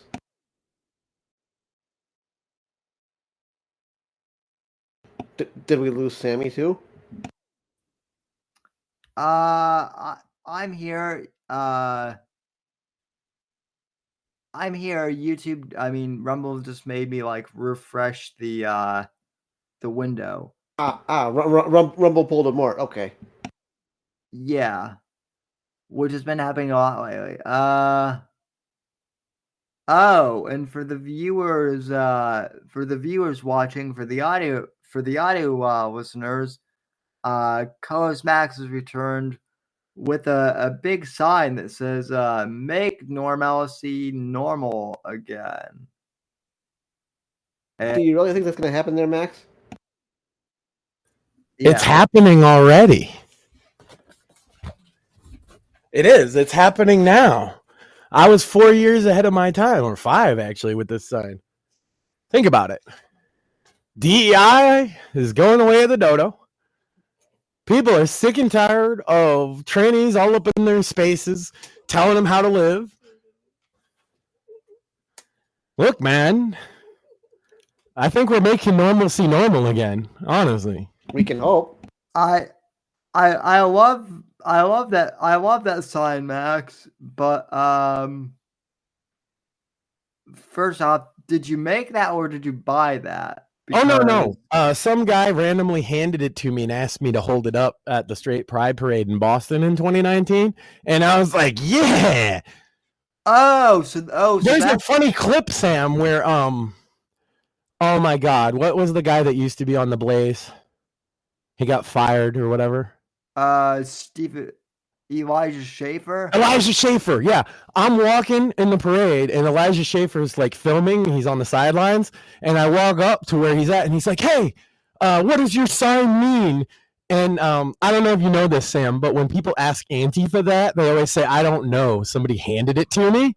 So I said to him, "I don't know. Somebody just handed it to me," and he looked at me like I was an asshole. It's in one of his videos. There's a bunch of funny videos of me from Straight Pride, Sam. There's me yelling with do you know who Vermin Supreme is? I do. Me and him had a little exchange, and he doesn't like me anymore.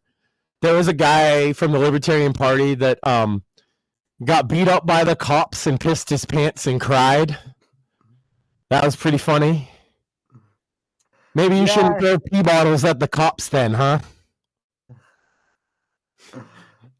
That might, that might be a good idea not to do that. So, yeah. That was a interesting day, Sam. I have never since or before been confronted with Antifa like directly like that, and it was a bit frightening for a second when they were all screaming about how they hated me. But then I like kind of looked at them and I realized that they were all either soy boys or crazy women. And so it was fine. They weren't going to hurt anybody. So they're just having a good old time. Let them tucker themselves out. Like, Max, what? Sam, you see how big this fucking sign is? We walked right through Antifa holding our signs right as soon as we left. We just walked right through them and went to the fucking train. Like, what are you going to do?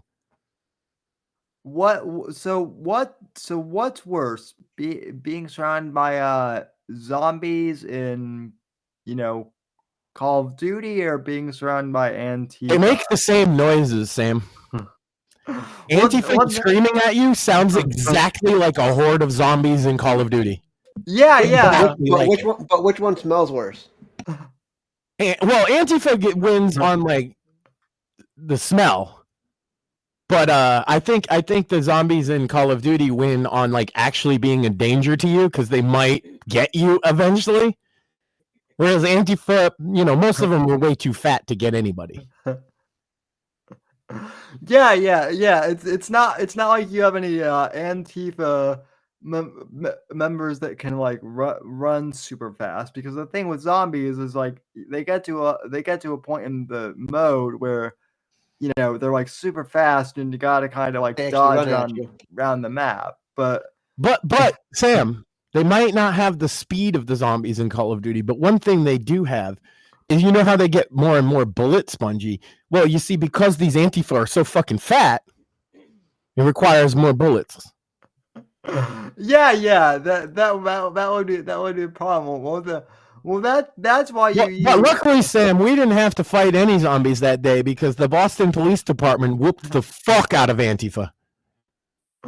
What? Look, I understand it's a liberal city, okay, leftists? I understand it's a blue city, and so you think Boston, man, we could just do a thing in Boston. But let me tell you something about the Boston Police Department, okay? They don't care about your politics. They might even agree with some of your politics. But what they don't like is you acting up in the streets, and what they do like is whooping ass. You see? So if you have a big protest that gets even remotely out of fucking hand in Boston, you're going to have a nightstick up your ass. Yeah. This is a public service announcement. This is why Antifa doesn't do protests in Boston anymore. Also, it's the one place where like 10 of them got arrested for assaulting cops. Like no one else ever prosecutes them. You'd think Boston didn't. Of course they did. Yeah. The other thing is the general population here likes cops for the most part. So yeah, it's kind of, I don't know. Yeah. You can act the fool up in Boston all you want. The thing is, you just better be prepared that there's going to be cops coming at you with a line of shields in one hand and a line of fucking nightsticks in the other. And they're pretty good at it. There's a lot of videos. If you want to look this up, guys, look up Boston Police Department beating down protesters because there's a million videos of it. They do it every year. They don't give a fuck, Sam. And they never get sued for brutality during these particular events either. So yeah. No, yeah, don't go to Boston starting some shit just because it's a liberal. It's not New York City, okay? They ain't gonna put up with your shit. Yeah, it's definitely not. It's definitely not Portlandia either. So. No. Just because it's a blue city, don't make the mistake that they don't worship the fuck out of cops, because they do. They absolutely do, and they don't like protests because protests get between the New Englander and his job, and they don't like that. They don't like that. Protesters in the road do not get treated particularly well by your average masshole. Put it that way. Well, I wouldn't be surprised if one day somebody gets out of a car and just shoots one of these protesters sitting in the fucking. I'm not even kidding, because Massachusetts, like, they're like, dude, I'm gonna be 15 minutes late to work, and my boss is gonna ride my ass. They don't give a fuck about whatever you're protesting for. It doesn't matter what it is. Yeah, no. Those New Englander types, they they don't give a fuck up political stuff. They just want to live their lives. A lot of them, yeah. And or especially, it's like the political stuff is secondary to work, right? Well, that's the thing for like the average working class Massachusetts guy is like work is the most important thing in his whole life, and if you're interrupting his fucking way to work, you're a devil. He hates you. Well, Max, it's funny you say that. It's almost like you're describing why Trump got so many votes from the working class compared to... Interestingly, Sam, the biggest shift towards Trump in any state was in Massachusetts. Yeah. Now, he didn't win the state, but the largest shift percentage-wise is in any state that went from voting for Biden to voting for Trump was in Massachusetts. Yeah, I did notice that, which was specifically why Rhode Island was a lot bigger too than it had been. Actually, Rhode Island was close. Trump came very close to winning Rhode Island. Not that it would like change anything. Yeah, it's like I think it's like 3 electoral votes, but he came close, and he came, I think, within 10 points here. He came within 1 point in Rhode Island. I mean, yeah, like these New England play, and he won New Hampshire. He came very close in Vermont, and he split Maine. So when you go, and Connecticut went blue, as it always does. So yeah, if you look at the breakdown of New England, it's a far redder look than it was 4 years ago, 8 years ago, or 12 years ago. Yeah, going back to Obama's second term, or even Obama's first term. Yeah, I think the last time Massachusetts went this red would have been like Bush's second term. And he didn't win that either. Like, obviously, Democrats always win the state because Boston exists and they outnumber us. But generally speaking, it's gone redder and redder the last couple of years. But this was a huge one. Same here with New York State. New York State outnumbers us, but we go redder and redder every goddamn year. Yeah. And that's why I am hopeful. That's why I thought it was fitting that I found my "Make Normalcy Normal Again" sign, because I feel like that's what we're doing. Well, these weird behaviors are now they're still in everybody's face, right? The bad behaviors, the crazy shit that people are sick of. They're still there, and people look at them, but it's different now. 4 years ago, they'd be like afraid to say something about it. Right? Oh, this person's being abnormal in public. I better not say anything because the social justice warriors will cancel me. Now they'd be like, fuck off with your weirdo shit. Yeah, well, and now like, and now also like, leave them kids alone.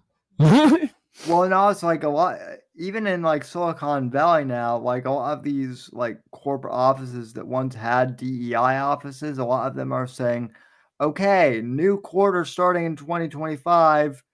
So long, farewell. We no longer have the money for these, DEI. The tide is turning, and that's we're making normalcy normal again, I think.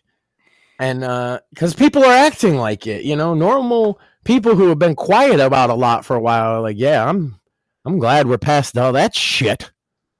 Yeah. And that's the other thing people forget is a lot of normies didn't exactly agree with any of this fucking crap. They just were afraid.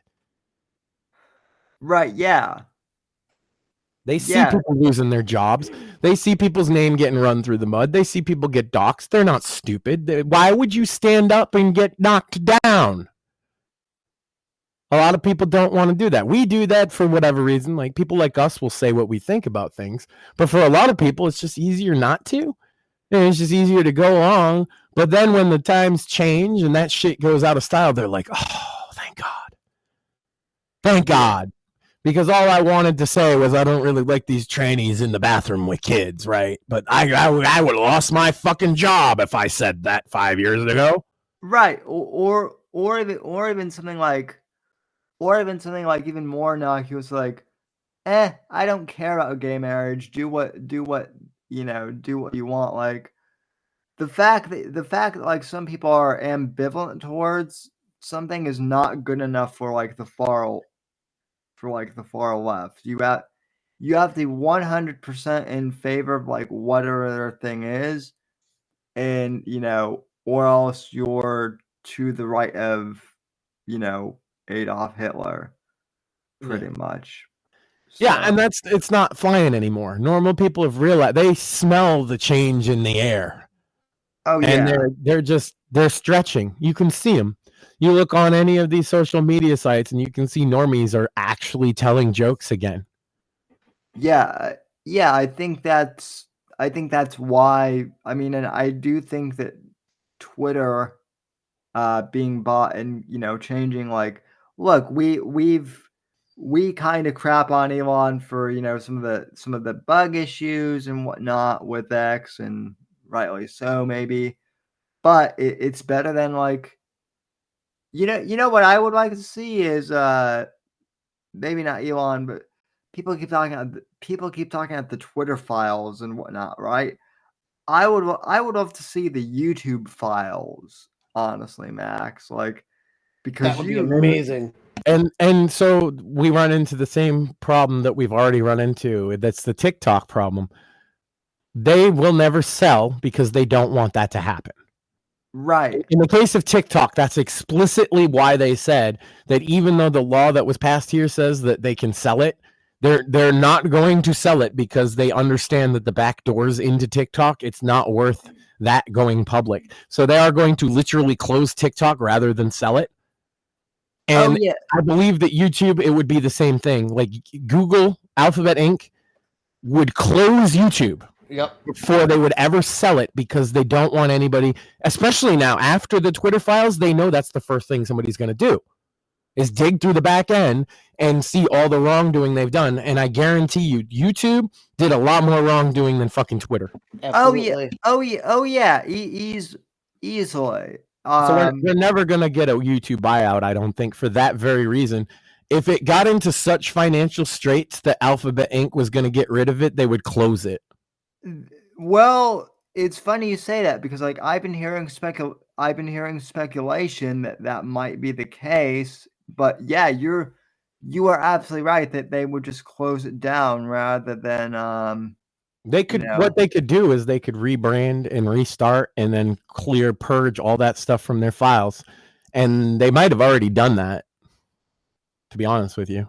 Yeah. But either way, like they're not going to want somebody to dig through their fucking dirty laundry. I know they're not. And TikTok TikTok has a more explicit reason because it's owned by the CCP, right? So they don't want you to know what the CCP is getting.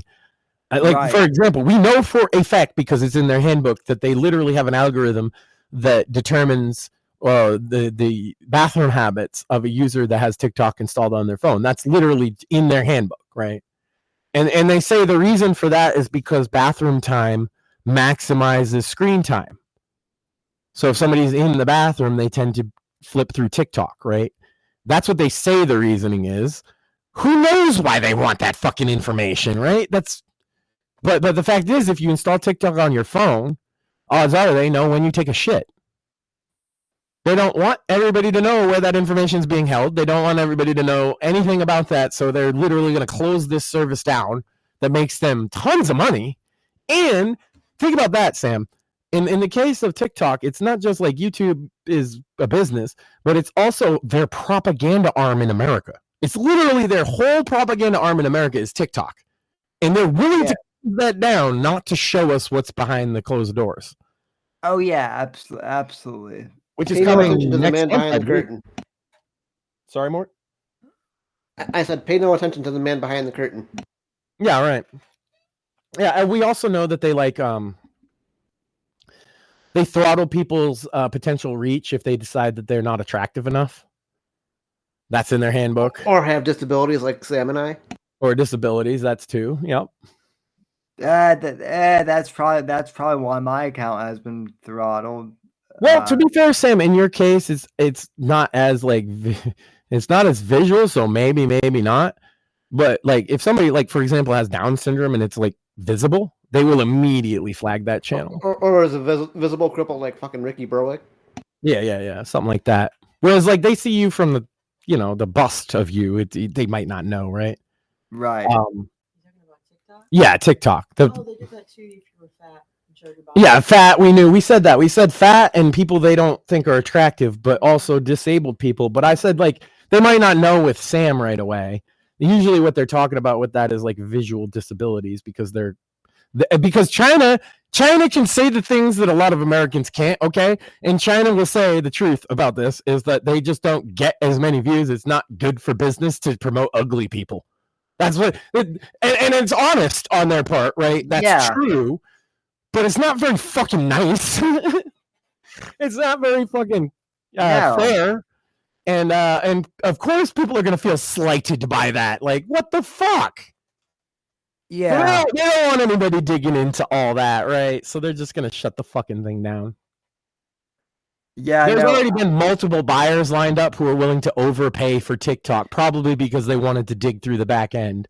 But yeah, they're not selling. Listen, even if Bitly or whatever, they refuse to sell. So listen, even if YouTube got shut down, like not even necessarily bought out, but even if they got shut down and there was allowed for like more competition between like other streaming platforms like Rumble and like, let's just say Odyssey for example, right? Pick any of the other platforms that are not YouTube to compete. That would still be great, if like there was actual like competition. People got to start turning YouTube off, or that's never going to happen. And that's kind of hard because there's a lot of things that you can really only like look at on YouTube, for example. Like if I were to go and want to say fix my dryer, this is a thing I had recently where I had to fix a dryer. I have no idea about that kind of stuff. If I go on Rumble, Kick, or any of these other sites and I search how to do that, I'm not going to find a video tutorial. There's nobody there doing that. Right. But on YouTube, I'm going to find 20 of them. And so it makes it very difficult to cut YouTube out when it's so fucking useful. But the only way any change is going to happen is if people stop tuning it in. Yeah. No, I know. And to be clear, like, I believe me, I'm going through the same thing, Max. Like, I look at YouTube every day for, it bugs me. There are content creators that I do go look at where I do double check to see if they have like a Rumble account, and to be fair, like if they do have a Rumble account, I do subscribe and tend to watch their videos over there instead. So like I actually do watch Rumble content a lot more for the people who do have Rumble channels. But there's just so many genres of content that you might want to watch, need to watch for a different reason or whatever. yeah, that are only on YouTube because it's the mainstream site. And yeah, it's tough. I don't know how we extricate ourselves from it. I know that part of like what we're doing here is like providing quality content on another. I hope it's quality content on another platform besides YouTube. That's helpful, I think, for the economy. But well, that is also why I put all the live streams and the pre-record podcast on Spotify as well. And I mentioned on the Sandwich Makers that we did the Spotify Wrapped, and we've had like 40% audience growth just on Spotify alone, and that's great. And we really appreciate everyone for tuning in over there. Spotify, I got to give them extra credit just because they have been resistant to the kind of censorship that a lot of the rest of the media was about. Oh yeah, and it feels like they finally have weathered the storm of that kind of shit. Right now, they're settled in where Joe Rogan is like the money they paid him is already paying off for them. My God, the Trump stuff alone on Joe Rogan probably paid for what Spotify paid Joe Rogan in just in terms of pure exposure. Yeah. That's great. But another thing is, whereas iTunes has been actively censoring a lot of artists, particularly, as you know, Sam, I have a lot of underground hip hop friends that have been censored by the iTunes platform and Apple Music and all that, who have never had the slightest issue with Spotify. Yeah.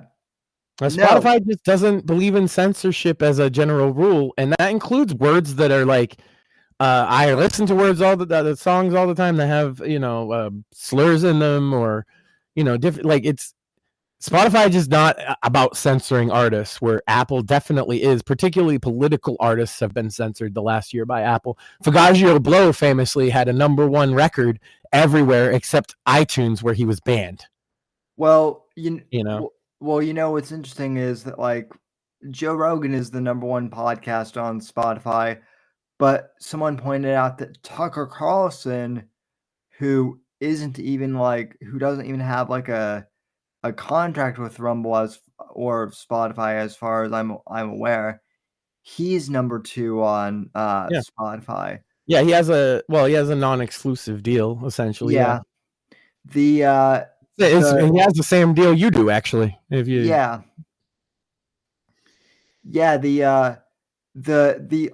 top ranking conservative podcast on iTunes is Ben Shapiro, which is I'm not knocking Ben, but Ben is kind of like the safe, I guess like the safest corporate conservative now, kind of, which is funny considering who his mentor was. So yeah, it's interesting to see the bigger grifters and how I say grifters because I'm a dickhead. But Ben Shapiro, I mean, come on. But it's interesting to see how these bigger conservative commentators fall on that spectrum, because like iTunes is actively censoring conservative content very openly, and how many of these motherfuckers still use Apple products? They still try to put their shit on there. They use an Apple phone, and like, bro, Apple hates you. Apple hates you. They want no part of you. They don't want your business, but they'll take your money because you're stupid enough to give it to them, but they hate you. Yeah. Don't give your money to people that fucking hate you. Right. Well, politically, especially if you're a Trump voter or even considered voting for Trump, or let's just say you just didn't vote for Kamala, Apple hates you. Yeah. Well, for multiple reasons, by the way, not just political ones, but Kamala would have favored them with all kinds of fucking business deals as well. Oh yeah, well Whereas Trump was very hard on Apple when he was president. So yeah, they hate Trump. They hate his voters. They're a very left-wing organization. They're banning music that doesn't even swear, but it's pro-Trump. That gets banned. So Yeah. you can see quite clearly where Apple stands in all of this. I find it disgusting, but it just goes to show I've been right about Apple for fucking 40 years. Fuck Apple. People are like, yeah, but their stuff's easy to use, and it's like, that's a small price to pay for your soul, I guess. Well, they're not the ones manufacturing my wheelchair, so I will say I that. hope not. They'd get rid of the headphone jack. They'd make it use lightning charging or some shit. Yeah, that one. Yeah. I just love, like, they were like, no, we can't do USB Type-C like everybody else. Let's do USB Type-C, but, like, just flip it inside out. And make it proprietary to our crappy phones made by slave labor. Yeah, well, that's, to be fair, that is Samsung too, though. No, because Samsung doesn't make them in fucking China, bro. So they're actually paid employees, not Uyghur Muslims working in a work camp. Well, I'm talking about Foxconn, which Samsung hasn't used Foxconn in almost a decade. Really, I thought they still used ISPC, Foxconn. which is in Taiwan. Which is why China wants Taiwan, right? It's a whole thing. Yeah. No. Samsung. I could point out a million problems with Samsung too, but I will say that they don't use slave labor. Yeah. Well, I have an iPhone, but I also do have I have a cheap Galaxy here that No, it actually sucks because I'm shitting on them, right? But iPhones aren't a bad device. It's just like all the bad you're taking in with the Apple company, and of course they make you sign on not just to have a phone, right? They want you to be like part of their Apple culture. Right. And then it's like, but your Apple culture is premised on slave labor, so maybe I don't want to be part. Can I just get the phone? No, I have to have an Apple lifestyle too. Good Lord. That's why people like Samsungs, Sam. Is they're not requiring you to have a fucking lifestyle of a hipster to have a Samsung phone. Yeah, I get it. So I'm getting those dirty looks again though, because I'm bashing iPhones. We should move on. Yeah, no. See, I'm the Apple guy, and I'm being nice to you. I'm. Oh God. I'm not. I'm being nice to you, Max. Ugh. I don't know. So. Uh-oh. Application error. Yeah, that happened to me while you were grabbing your sign. I have no idea why Rumble does that, but apparently that's their new thing now. But hey, at least Studio. Yeah, she's right. It's because we were talking Apple, and so now Tim Cook is trying to shut us down because we're speaking the truth to power, man. Okay, so that wasn't just me then.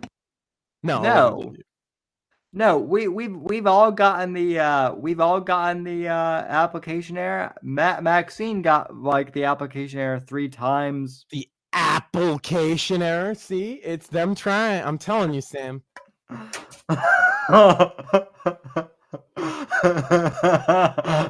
Oh damn! That was actually almost. That's gonna get clipped. That was almost like that one was head on. Did you see that more? Did you see that more? That's gonna get like. That's gonna get clipped. This just in: Apple makes fine products and would never do anything untoward or hurt anybody, especially me. Good. Okay now. Uh-huh. I get to live. It's okay to have Apple as your master.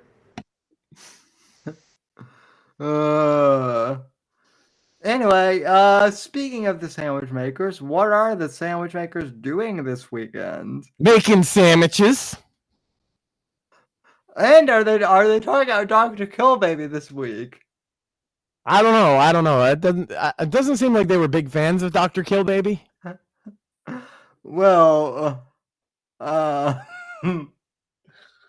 He brought it up. yeah. Yeah, no, that is true. I actually did bring up Dr. Killbaby this time because Max was about ready to explain to you like what happened to Dr. Killbaby, but then he got like almost knocked in. Well, you see, he invited me in. He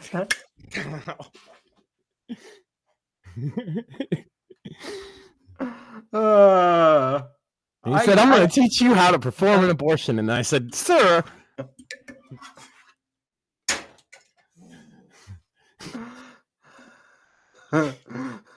You know what? Even with all those cans, it's like they're like toys of like plastic.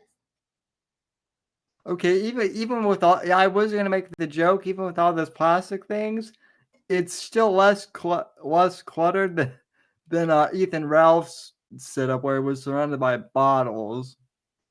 Oh yeah, no, especially I just cleaned. See, my basement's all fucking.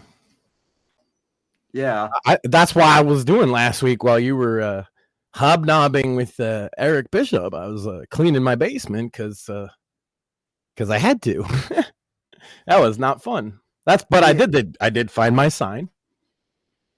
Yeah, which is very cool. And we got rid of a lot of crap. You know, you get a lot of crap in your basement when you're storing stuff. And I was like, let's just go through it then. Let's just do it right. And I thought, yeah, that's a good idea. And then I got started doing it and realized, what am I, fucking retarded? Well, according to you on the show, yes, maybe. Yes, well, that's why I continued to do the project this way, you see, because I am obviously a retard and a glutton. You are king retard. But I got it done. And I walked and I'm sick and I'm having a wonderful time, Sam.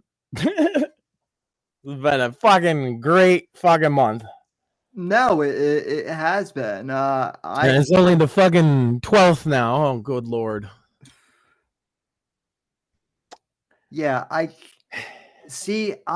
can't tell if you're being completely sarcastic or like if you're. I can't tell if it's sarcasm or if you're actually having a good month or if it's a bit of both. No, it's been a misery. It's honestly, Sam, it's been one of the hardest years of my life since the summertime, and I'm I'm running real ragged these days. But such is the life of being a dad. There is one thing that I wanted to say, although there's not much to say other than did you fellas see that Christopher Ray resigned? I literally just saw that. More, I think, because you like retweeted it or some. I did see that. Of course he resigned because he was going to get fired in a month and a half. Did you Did you see that the Kraz? I think your boy Brian Krasstein let some info slip today. More. Oh really? What do you say? Well, Biden should pardon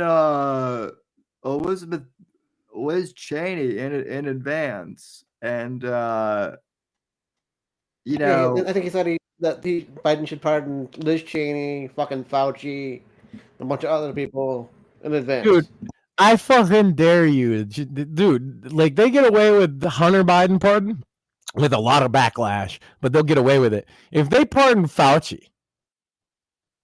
I actually think that's the best case scenario, to be honest with you. And here's why. He's never actually going to be punished anyway, but then it just tarnishes the Democrats by doing that completely going forward. So go ahead and pardon Fauci. He wasn't going to jail anyway, I guarantee it. Because he's too old. Yeah, he's too old, and quite frankly, Trump's not even going to bother with fucking the prosecution of him. We're making America great again, and like by the time you prosecuted him, he's going to die. Fuck it. Well, here's let them pardon him and let them take all the political flack that comes with it. I fucking dare them. Here's my question. Okay, Hunter, I understand, and Fauci, I can understand. Here would be my question for Brian. Not that he's ever gonna, listen to this, but what does Liz Cheney need to be pardoned for? Because they're going back to the claim of that Trump threatened her. I guarantee that's what it is. They're saying that he threatened her with a firing squad, which he did not. It's that whole thing. Right. He never said firing squad. He talked about she's a warmonger and what would she feel like if she was in the war. But they still consider that him saying he's going to prosecute her and execute her. So they're saying to pardon her so that Trump can't do something that is clearly not going to happen. I mean, that's absurd. Like, to even suggest that is silly. Yeah. But yeah, I could see them throwing a pardon for her. And actually, they probably wouldn't even catch much flack for that one. I'm telling you, though, the Fauci one, they'll catch flack for. Not just from Republicans, by the way. Yeah. A lot of the left doesn't think it's okay that he should get away with some of the things that he did. So. Oh yeah, no. Well, like especially like there are a lot of gay people. There are a lot of gay people who I'm not even saying this. I'm not even saying this in like a joking fashion. There are a lot of gay people who have been forced into the closet over like what. Gay people and Fauci have had a very contentious relationship since the 80s because he was a denier of HIV. Yeah. And also he promoted the monkeypox thing, right? Which was actually a very small little tiny outbreak among a homosexual community where it's more likely to happen for various reasons. And he made it into like there was this big pandemic. I've talked to gay people that didn't like that at all either. Right.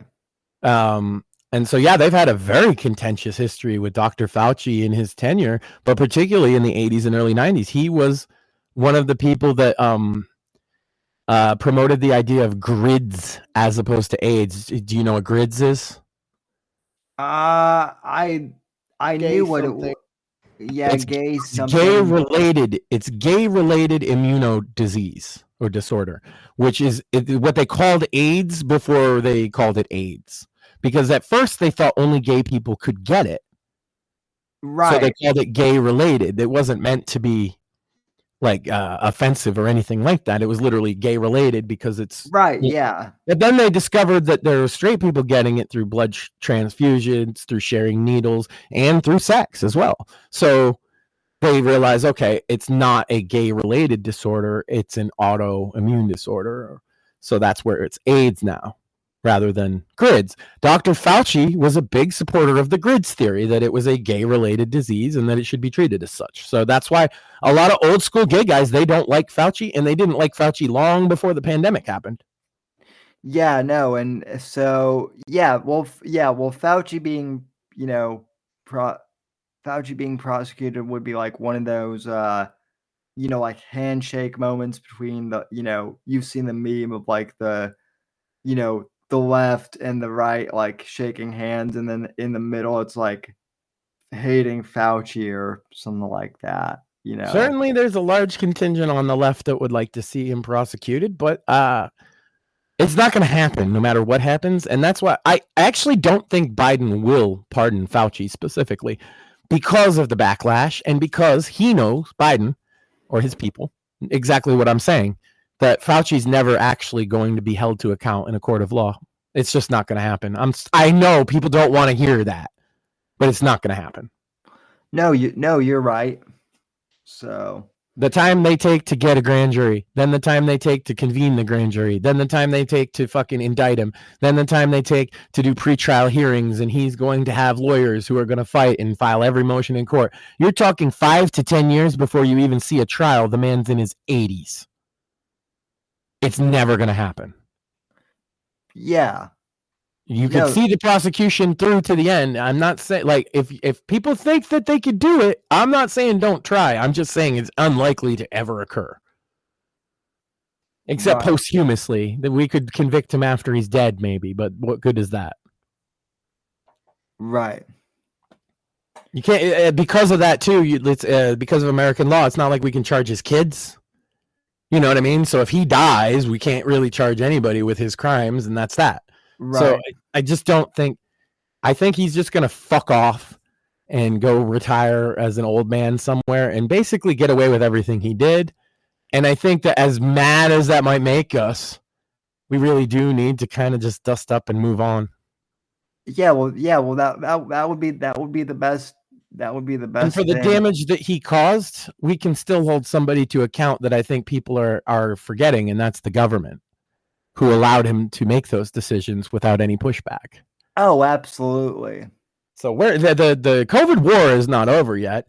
And again, another thing I will point out that a lot of lefties will even say about Fauci is that they disagree, maybe not with the lockdowns, maybe not even with the masking, but with the returning of children to school with masks. A lot of lefties are super mad about that.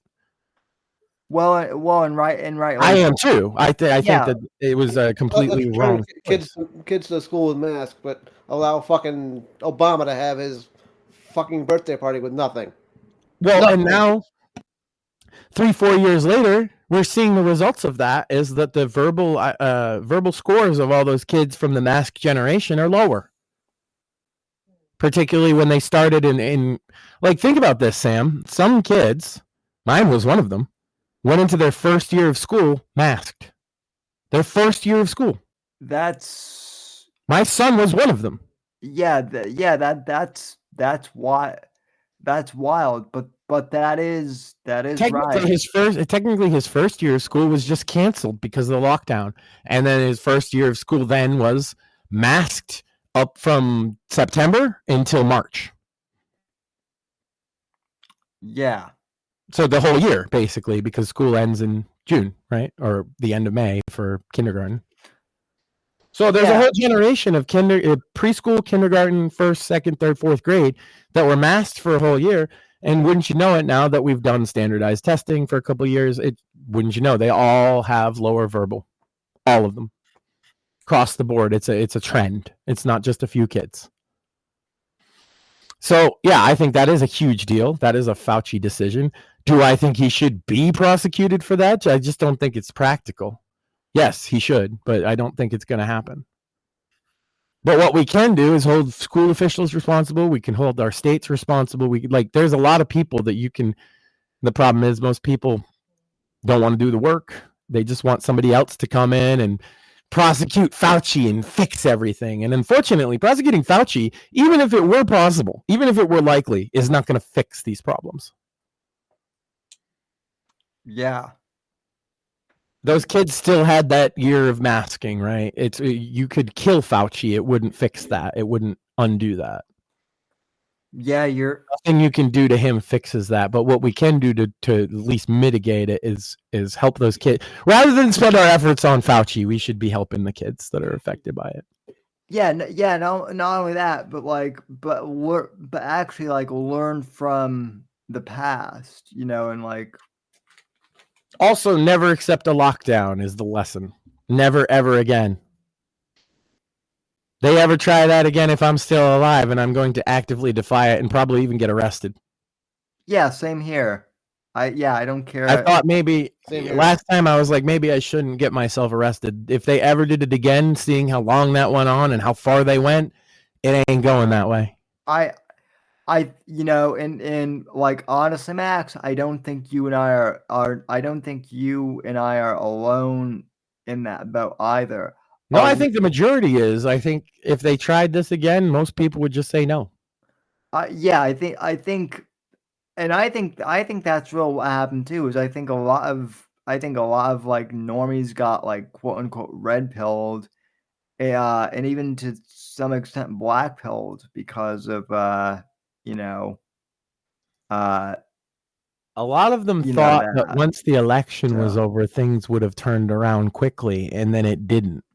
no, It got worse. Yeah. I thought if we get rid of Orange Man, everything goes back to normal. And it's funny because a large segment of those particular voters turned around and voted for Trump this time. Yeah, absolutely. They thought Biden, if we just get the Biden in here, then they'll calm everything down and the Orange Man. But it didn't happen that way. And those people are like, they remembered that. They came back 4 years later, they voted differently. Yep.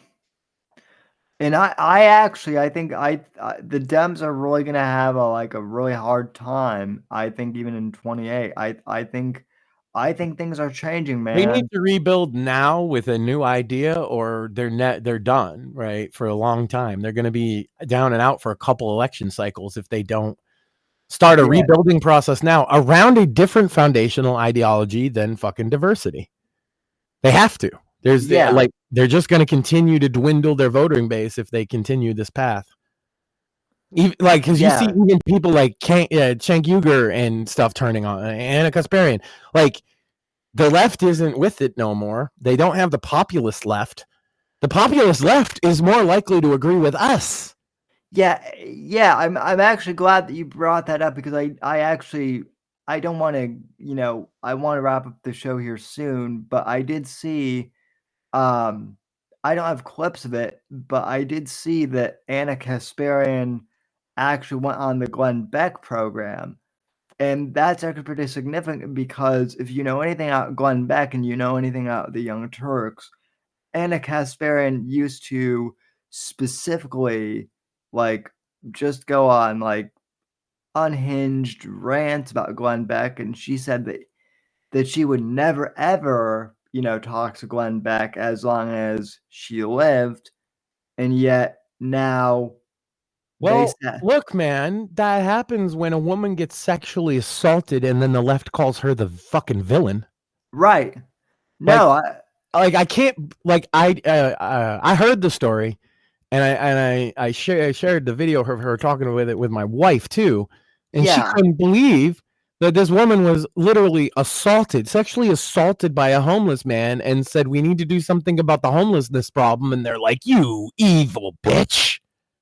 Right. Like, the fuck? Dude, even if you want to have the sympathy and the empathy for the homeless guy who may or may not be on substances, he may or may not be mentally ill, that's fine, but he still sexually assaulted a woman in a public street in broad daylight. I think that's the other thing a lot of people are missing is that Anna Kasparian actually was sympathetic towards towards the homeless man. But it doesn't really matter. But she could be sympathetic towards him and still feel fucking violated by it, and then still feel double violated by the people she thought were on her side saying she's the bad guy for being victimized. That's, of course, that fucked with her worldview, right? Yeah. I can't believe they're surprised that would fuck with her worldview. She doesn't feel safe in her own town. That'll fuck with a lot of people. That's why a lot of people are coming to these conclusions. A lot of people are voting for Trump because they don't feel safe in their own town. Let's be real. Yeah, 2024 was a big, realignment for a lot of people. Just to put it mildly, but anyway, Max, I think that unless you guys have anything, left to cover, I think that just about wraps it up. Real quick, I will be putting together the invitations this week for the White Christmas for Autism. It's going to be the 20th, Friday night. Yes. And I hope, of course, to see all of you there. Sam will, of course, be with us, and hopefully everybody from RTO will at least make an appearance. But we're going to also get guests, and we're going to try and raise some money for the Autism Society, which helps autistic children and does a lot of great research. Indeed. And also, we will also be asking if if people can't make it in person, we will be asking as many guests as we can who have appeared on this program to at least make a short video. I'm going to try and call in some favors. We're going to have a good, big event, and hopefully raise some good money to help out these autistic kids, because that's what really matters, I think. Indeed. I'm actually working on a background. The one behind me, I'm doing a Christmas theme for the sign, so that should be pretty good. And I'll have my Santa hat as well. So you'll have it. That'll be nice. You'll definitely have it. That's good. And looking forward to it. And yours will probably fit your head, right? Because mine, as you can kind of tell, yours fits better than my old one did. So, but anyway, folks, we'll talk to you later. And thanks for tuning in. Bits and Bones this week, Mort? Yep, Bits and Bones, 10 p.m. EST Sunday night. Alrighty. Gaming has been interesting so far this week. Oh yeah. I didn't even do anything, and I'm getting stuff thrown at me now, Sam. Again, you can buy the Shadows of. You just got blood loss. Oh, sorry. Go ahead. You can buy the Shadows of Deception, complete series in hardcover now. Paperbacks, audiobooks available as in all format, along with Blood Ties as well. Please buy it, and buy one for your wife too, so she won't, throw things at you. It would also make Sam, because then she could throw the book. It's a hardcover. Oh yeah, she could literally throw the book at you, I suppose. So, but anyway, yeah, go and buy my books and help an indie author out during the holidays. And thanks for everything, folks, and we'll talk to you down the line. I got spooned. The right to offend is not some pesky little part of freedom of speech that we have to put up with. It is the heart and soul and lungs of freedom of speech. It is the coursing lifeblood of human progress. It is the instigator of liberty and modernity and science and understanding. What a laughing stock today's student leaders are, that they can so casually dismiss the right to be offensive without realizing that their lovely, enlightened lives are the gift of individuals who gave offense. Offensiveness is not just something we have to begrudgingly accept. Offensiveness is the motor of human progress. Thank you for watching the Whitfield Report live on the Right to Offend Media Network. Make sure to check out Sam's books on Amazon, Audible, and Kindle. You can follow Sam on X at SamW_NGC and the Right to Offend Media Network at RTO Media. Like, comment, subscribe, and share with your friends. And until next time, God bless, God save this great nation. God, freedom, legacy, in that order.